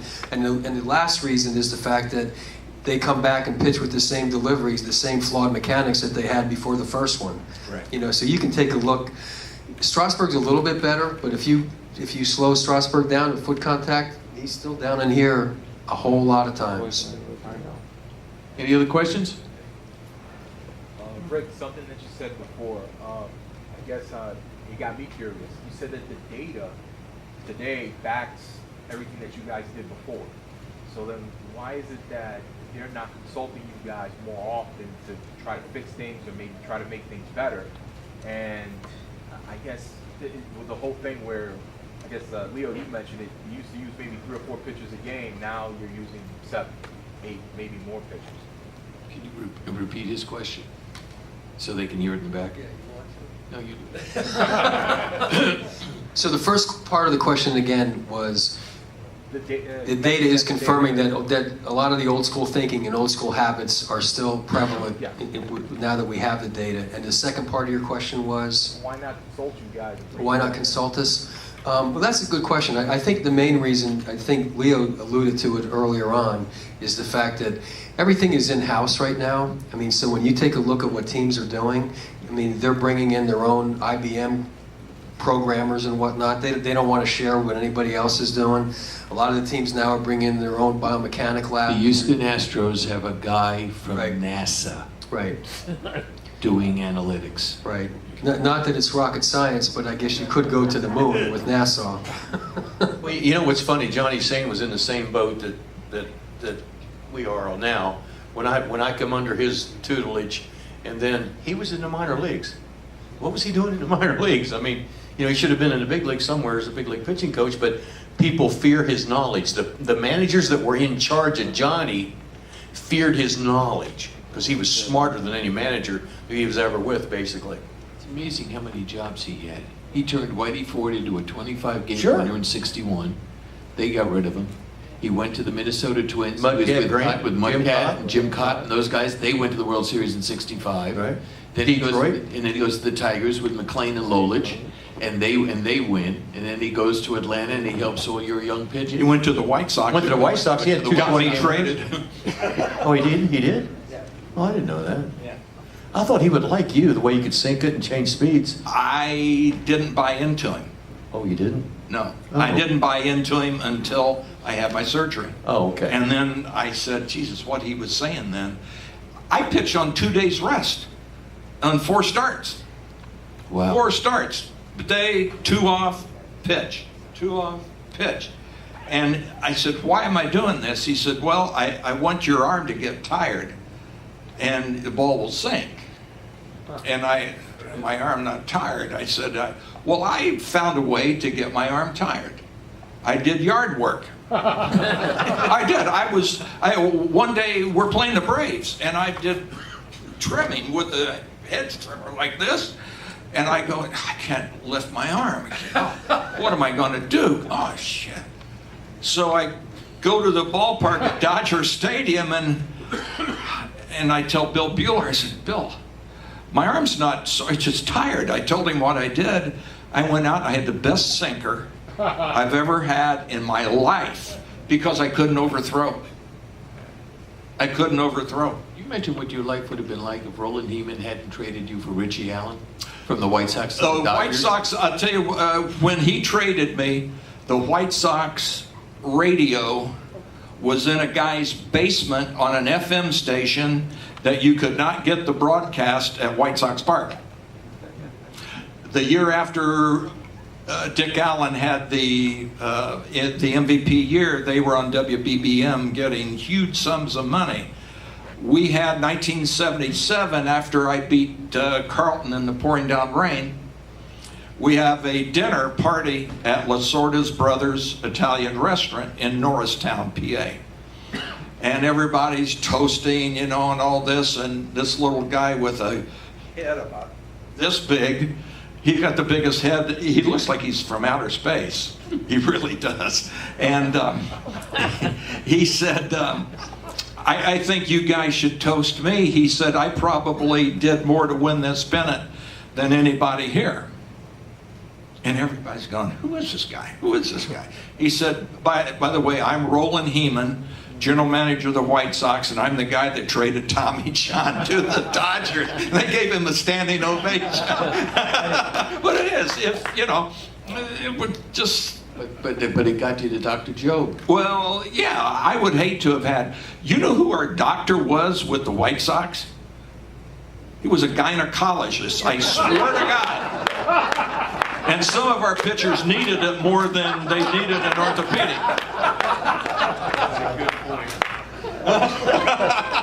Go ahead. This is Dr. Dan Petrolak, by the way, who's a esteemed late-stage cancer doctor, and we welcome him, and he's going to be joining my board of directors. Very good. So you made a very interesting point before about not being able to throw, or at least a lot of people not learning to throw.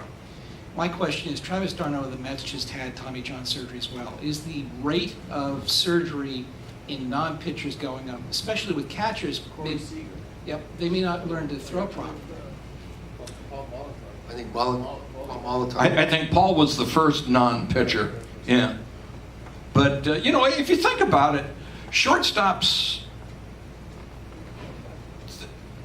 they throw, you know, I don't know how many they field now, but all the ones I ever saw would field 40, 50 ground balls a night during BP, backhand them, throw them across to first base. When they took infield. That's when they took infield. They don't take infield They don't take infield anymore. But, you know, there'll always be somebody that will have a ligament that is tender or whatever. By the way, you did prostate. You ever hear of anybody having a PSA reading of 1,850? 50,000? Whoa. Wow. You'll talk to him afterwards. Hi. Got to stand up and speak up. You see a difference in increased number in American ball players and Latin ball players? Is there an increase in American ball players as opposed to Latin ball players? Tommy John and the Japanese players coming over because of the difference in the ball. Any difference? I don't know the answer to the numbers, but I don't think it's the ball that's the issue at all. I think it's a lot of their style. I mean, again, when you look at Tanaka, I mean, Tanaka's here at foot contact, you know, pitch after pitch after pitch, and he has a slight tear already. And some guys can pitch; they can finish their career with it. You know, it just depends on the integrity of the ligament. You know what? You think tell me if I'm right or wrong. I don't care. Guy comes over from Japan, right? And he's throwing all the time. He has a program that he's always been used to. And we change it. I would keep the program that he's on. Right. I wouldn't change anything. That's right. And, you know, because apparently we change him he's to had our style. Yeah, he's had success, and that's the reason why he's over here. So maybe you can, you know, modify the effort a little bit, but I would let him do his own routine. Yeah, but You know, I mean, it's a great point. The only factor is the starters pitch once every 7 days. I mean, so now you got to plug them into that once every 5 days, and now you're taking a look at why not go once every 7 over here? Well, you can. I mean, that's what Think about it. That's what they're going to do with Ohtani. You know, but now you're going to have a different. And he's going to have different pitching He's staff. going to have Tommy John surgery. It's only a matter of. It's already scheduled. It's just a matter of what date. Who was the big fat slug that the Yankees got from Japan? Irabu. I have no idea. They had whoever scouted him had to be paid off in drugs. I'm just saying. Hi, Leo. I grew up in Atlanta and had a great time during those years. It was so fun to finally have a team that was winning. But one of the strangest deliveries I've ever seen was from Gene Garber. Right. And I was just wondering, did he throw that way because he had to physically? Was there something wrong that he delivered? No, I think, there's some guys that are unorthodox. I think that, Garber, that was his style. And a lot of people used to say when I was younger that if you dropped down, you'd hurt your arm more, but I don't buy that. I mean, I really don't. That's probably easier. Well, this is natural. Yeah. Right. That's natural. Yeah. This is not natural. Yeah.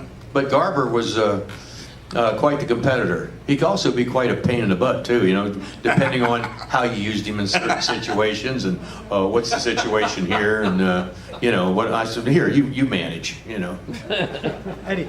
No, but can I just finish real quickly? To that point, for all of you that are really interested in the history of arm injuries, Jeff Passan's book, The Arm, have both of you read it? Mm-hmm. I mean, this notion that arm injuries are prevalent today, it's not the case. This has been the history of the game.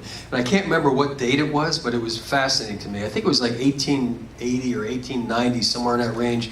After the season, they all got together and they passed a new rule for the next season that now, the next year, pitchers are now going to they're allowed to throw overhand if they choose to.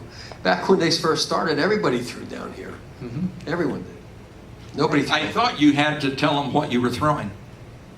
I think back in the day that you had to tell the batter fastball. And really? Yeah. I heard that someplace. I wasn't there, but First of all, I want to thank you, gentlemen, for what the knowledge that you've imparted on us. I remember watching Leo rock back and forth. I'm a Met fan. Sitting on the Atlanta Braves band. I watched Tommy John with the Yankees, and Rick, I certainly watched you with the Mets. My question is, you mentioned Tony La Russa earlier and some of the innovative things, etc. You're seeing it now with Tampa Bay this year. Do you guys think it's long before the analytics start to show folks that you have openers as opposed to closers, and the starting pitchers are going to start pitching the back 2/3 of the game? Is that coming soon?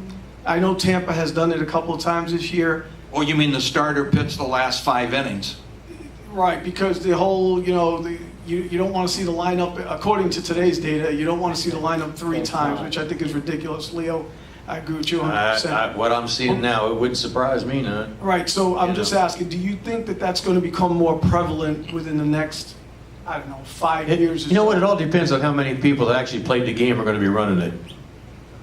I think one other point to that, I think when you look at the evolution of how we got to where we are now, every team had 4 starters. The reason that they went to a 5th starter, because they had a 5th guy that was as good as the other 4, and they said, look, we might as well use 5 now, instead of, so that's how that started to evolve. So when you really look at how things have evolved, they're going to come back around again. The reason Tampa has to do this is because they don't have 5 starters that are good, is what it comes down to. It's just that simple. In the course of a season, you're covering close to 1,450 innings, plus or minus. You'll throw somewhere around 2,200 or 22,200 pitches, plus or minus. So someone's got to throw these pitches and someone's got to pitch these innings. Right. And so if you don't have enough quality guys that can go out there and give you 7 innings, 6 or 7 innings as a quality starter, then you got to find a different way to do it. And then we're going to see what's going to happen long term. They're obviously not going to be playing in October, so we don't know if any team could actually sustain that in the course of 162 games and to cover those kind of innings. I would be shocked if you could do that. To Leo's point, the teams are averaging 22 pitchers right now. We just hit the All-Star break. Are you kidding me? 22 times 30, run the numbers. How many more is it going to be? There's just not enough good quality pitchers, and the injury rates are just off the charts. Thank you. Rick, it's more a question for you. We're discussing before the biomechanics of the pitching. As a physical therapist, I've seen a lot of athletes coming in, and I know that Tommy John's obviously about the elbow. We feel and a lot of research has shown that it's coming from the shoulder. And if you lose your what's called total range of motion, you know, you get a lot of external rotation, but if you're losing your internal rotation, if you're off more than 5 degrees, you increase your chance by 25 to 30%. Do you see a lot of people focusing on the shoulder to prevent the UCL tear? Well, to your point, this is my understanding of this. Your static range of motion needs to be at least 180 plus. If it's not, you're in big trouble. But I think the other big factor, and I don't know the answers to some of these questions, but one of the things that we learned is the fact that if you have some front hip issues in your delivery, that tends to lead to elbow issues. If you have some back hip issues, that tends to lead to shoulder. And I think it just comes down to that, you know, the ankle joint's connected to the knee joint, the knee joint's connected to the hip joint, and you keep going. And I think we're just not really sure of how these come down. Well, that's the thing my son's got in his book. You start from the feet, and you work up. Everything starts from the feet. Golfers. My son hits a golf ball 300 and some yards, playing in his bare feet. He actually played with shoes on. He said, I feel it better with my feet. And it starts there, gets up to your quads, your hips, your core, you know, and everything. It's a chain. And one can't be less strong than the other. And if you're working a kid out, instead of, well, that's what you do elbow exercises. Well, then the shoulder, you work the body, and he is into total body strength and not a particular area. Tommy, what you just said, I'm a podiatrist, so it all comes from the lower extremity. That's all right. The power comes from the lower extremity. I just want to throw myself at it. This has been fabulous tonight. And I just want to ask Rick and Leo a question on weightlifting.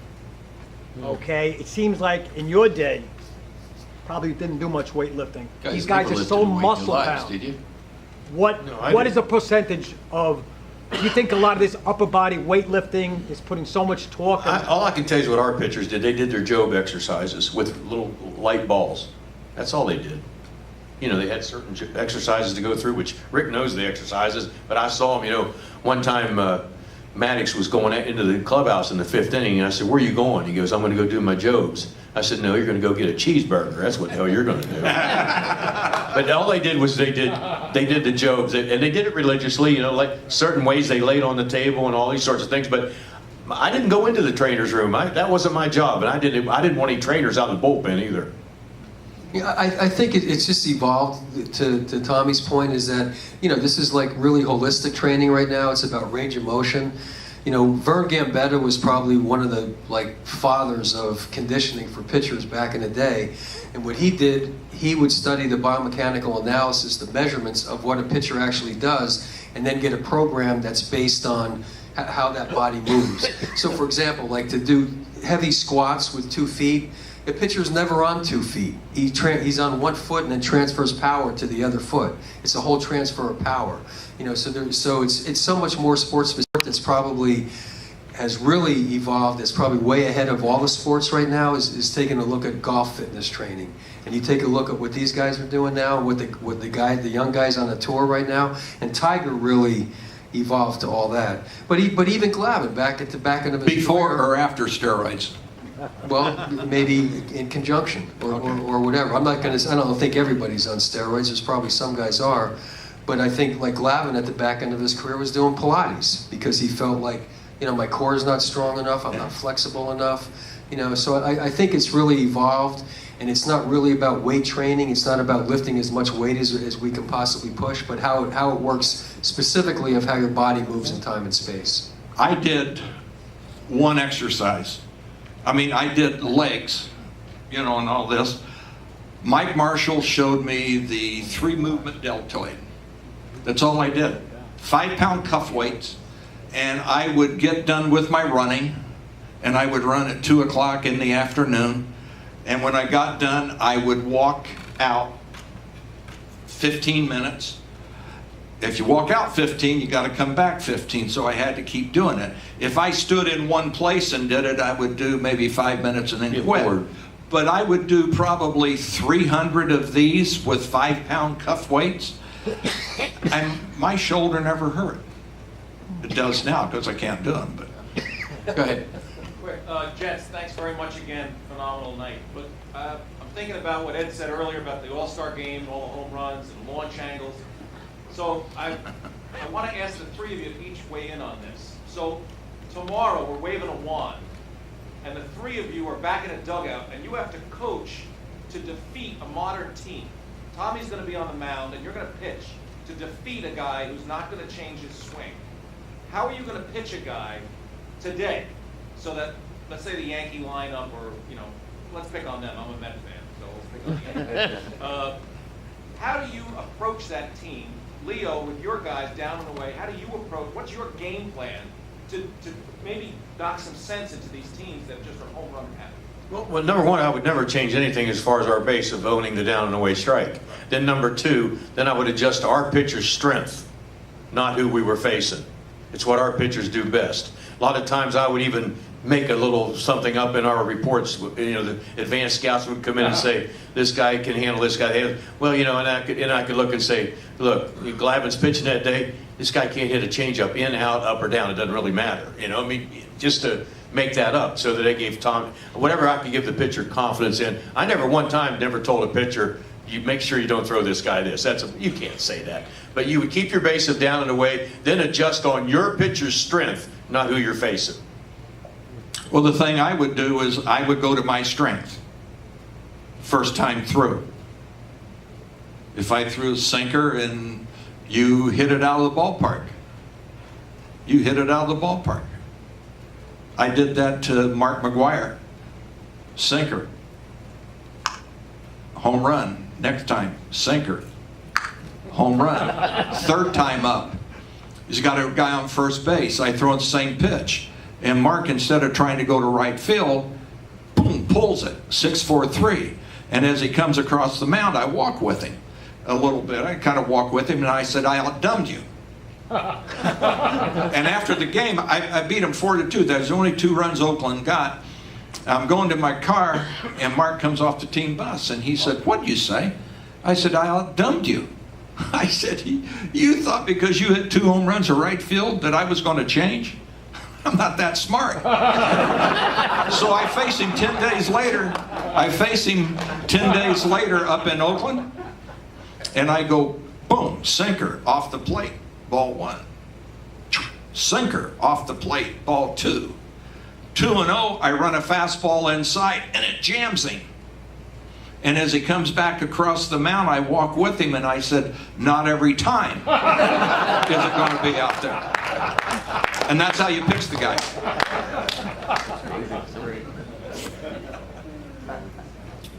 Tommy, you touched on this a bit earlier. Obviously, your numbers year to year were often quite good. Go speak up.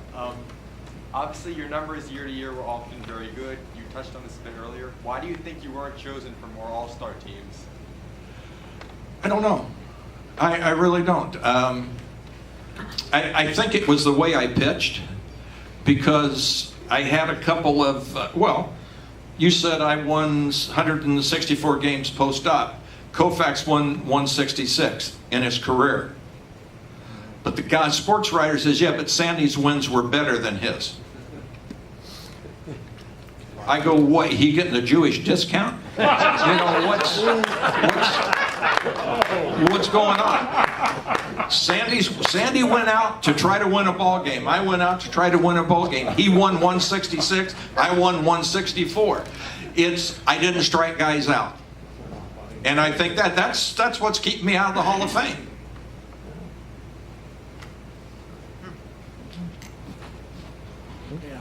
Hi, I'm a physical therapist for over 20 years, and I did read the book The Arm. I took my son at the age of 16, which is 4 years ago, to one of these Major League Baseball tryouts. He threw about 83, 84 at the time. There was a man who sat on a beach chair behind a fence with a radar gun. And all he did was nod yes or no. Yes, if you threw 93, meaning you could come to talk to him. And if you didn't throw 93, he wouldn't talk to you at all. Does Major League Baseball regulate and follow these kind of camps? And if not, I think they should be in the future, making sure that all these kinds of camps are being followed, because that's not teaching the kids anything. To come down there and just throw 93, it doesn't teach you how to be a pitcher.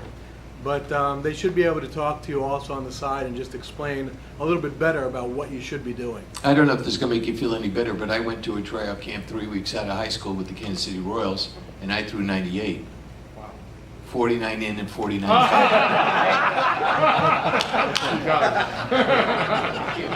Yes, I did. My former catcher has a very successful tire business on Boston Road in the Bronx, and he tells strangers, I listen to Eddie Randall on the radio, I used to catch Eddie Randall, and I never needed a sponge. I used to use sponges all the time. Except for me. We had a guy on our ball club that used a falsie, a woman's false breast. No, I'm serious. It was because it fit his hand, and they put it in the catcher's glove, and that's what I swear to God. But to his question. About that guy's question. Yeah. About 93. I'm not going to talk to you unless you're 93 and above. I think that's a typical example of what's wrong with kids throwing today. I totally agree. I mean, it's just all about velocity, but the unfortunate issue, the reality of it is, if you're right-handed and you don't throw at least 92, 93, you're probably not going to get a chance to play professionally. It's just the reality. I mean, I would be surprised in their prime if Glavine and Maddox, if they were an A-ball, it would be hard-pressed that they may ever get a chance to even pitch in the big leagues. You know, because they're not open-minded enough in order to look at a pitcher. You know, they're looking at the high-end velocity, and it's all about winning stuffed animals at the circus, you know? Okay, I'm really enjoying this evening. Any difference you see between how pitchers are managed in college baseball versus in minor league baseball? You see in college there's a lot of emphasis like on the conference tournaments and then the 3 levels of NCAA tournament today. Is it different perspective for managing pitchers for that in college versus in minor league pros? I think they've closed the gap a little bit from what I used to see. They've closed the gap, but the pitchers are abused in college. That gets back to my point about micro tears when they come into professional baseball. So it happened in Florida State in their regionals. The pitcher had 109 pitches after 8 innings, and they had a 2.5-hour rain delay, and he came back and pitched after the game. It's like, come on, what are you kidding me? I mean, if some of the things that were done in professional baseball in the minor leagues that are done in college, nobody would have, they would lose their job. They wouldn't have the opportunity. When I was out talking to parents about that, high school kids, I said, if you got a chance and you're going to get drafted or whatever, oh, that's okay. I thought it was my Arnold Palmer. But I said, sign. Oh, we want our son to go to college. He can go to college. Baseball has to pay for his college. That's a rule. You got to pay for his college. I said, but you don't learn how to pitch in college. You learn how to pitch college. You don't learn how to pitch. It's just not done. It's just, I know I coached 1 year at Furman. The Furman pitching coach quit. His wife took about a $200,000 job up in Kentucky, and he called the head coach and he said, I got to follow her. And he said, I guess you better. So he called me and he said, what are you doing? I said, well, I'm broadcasting for the Charlotte Knights. We're a White Sox AAA ball club. Can you help me with my pitchers? I said, God, I would love to. So we come over, and the one thing I told him, I said, one, I don't call pitches. And he said, why not? And I said, because I didn't want anybody like you calling my pitches. I may say, oh man, now's a good time for a changeup. You call a changeup and the pitcher goes, shit, I don't have the feel for a changeup. Well, the other thing I did at Furman was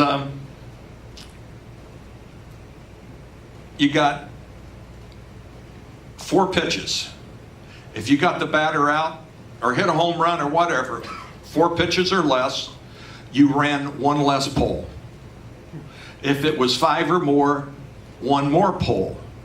And you'd be surprised how quickly the pitches, guys started doing this, boom. And I told the coach, I said, I won't call pitches. I don't call throwovers to first base. And he said, why not? And I said, is that me again? No. And I said, because the pitcher has to figure out what's happening. You know, he's got to figure out how to hold runners on. But I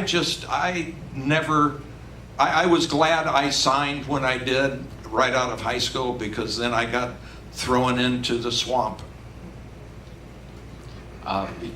You reminded me of something you talking about college rules and how guys come back from pitching after rain delays and stuff.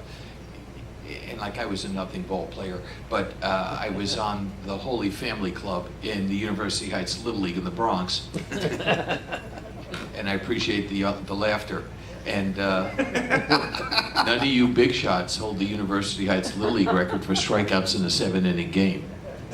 I'll take some applause. I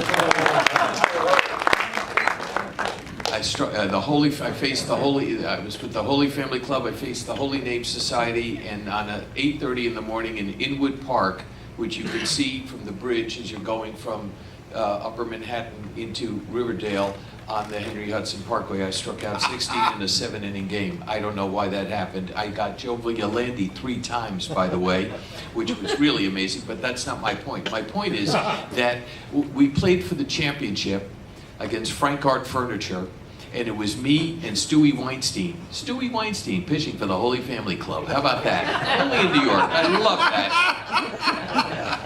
Just like we went to this dinner with Joseph Potasnik, who is the head of Board of New York Rabbis, and they were honoring Cardinal Dolan, which only in New York could happen, right? The Board of New York Rabbis honored Cardinal Dolan, and he demanded that he marry my now beautiful wife, Louisa, and me, and Cardinal Dolan performed the ceremony. But that, I digress.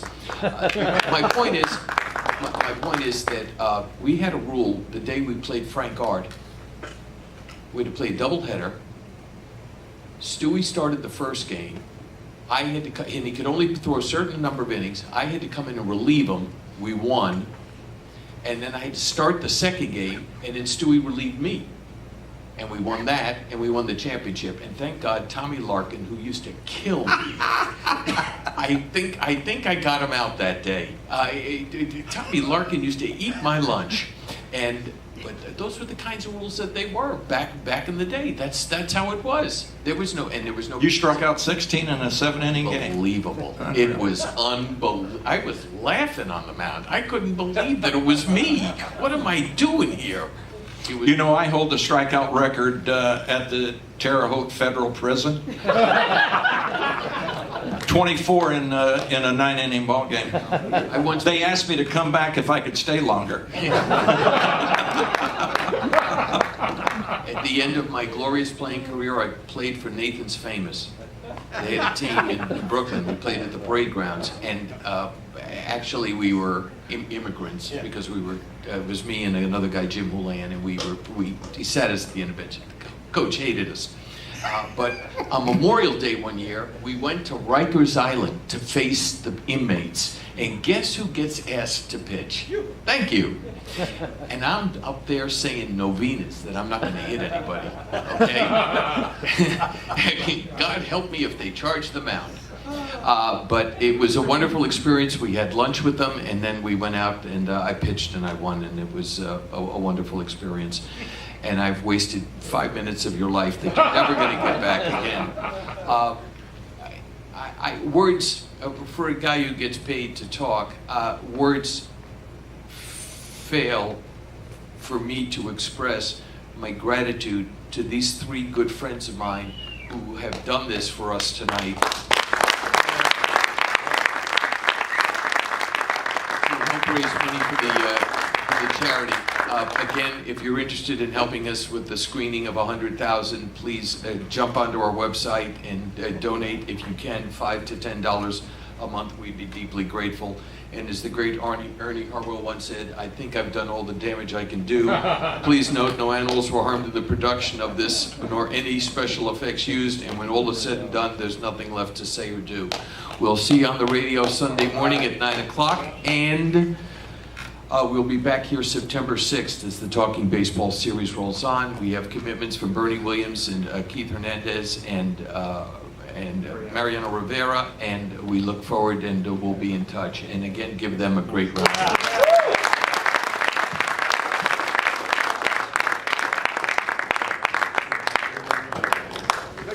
Hey, they're not too bad.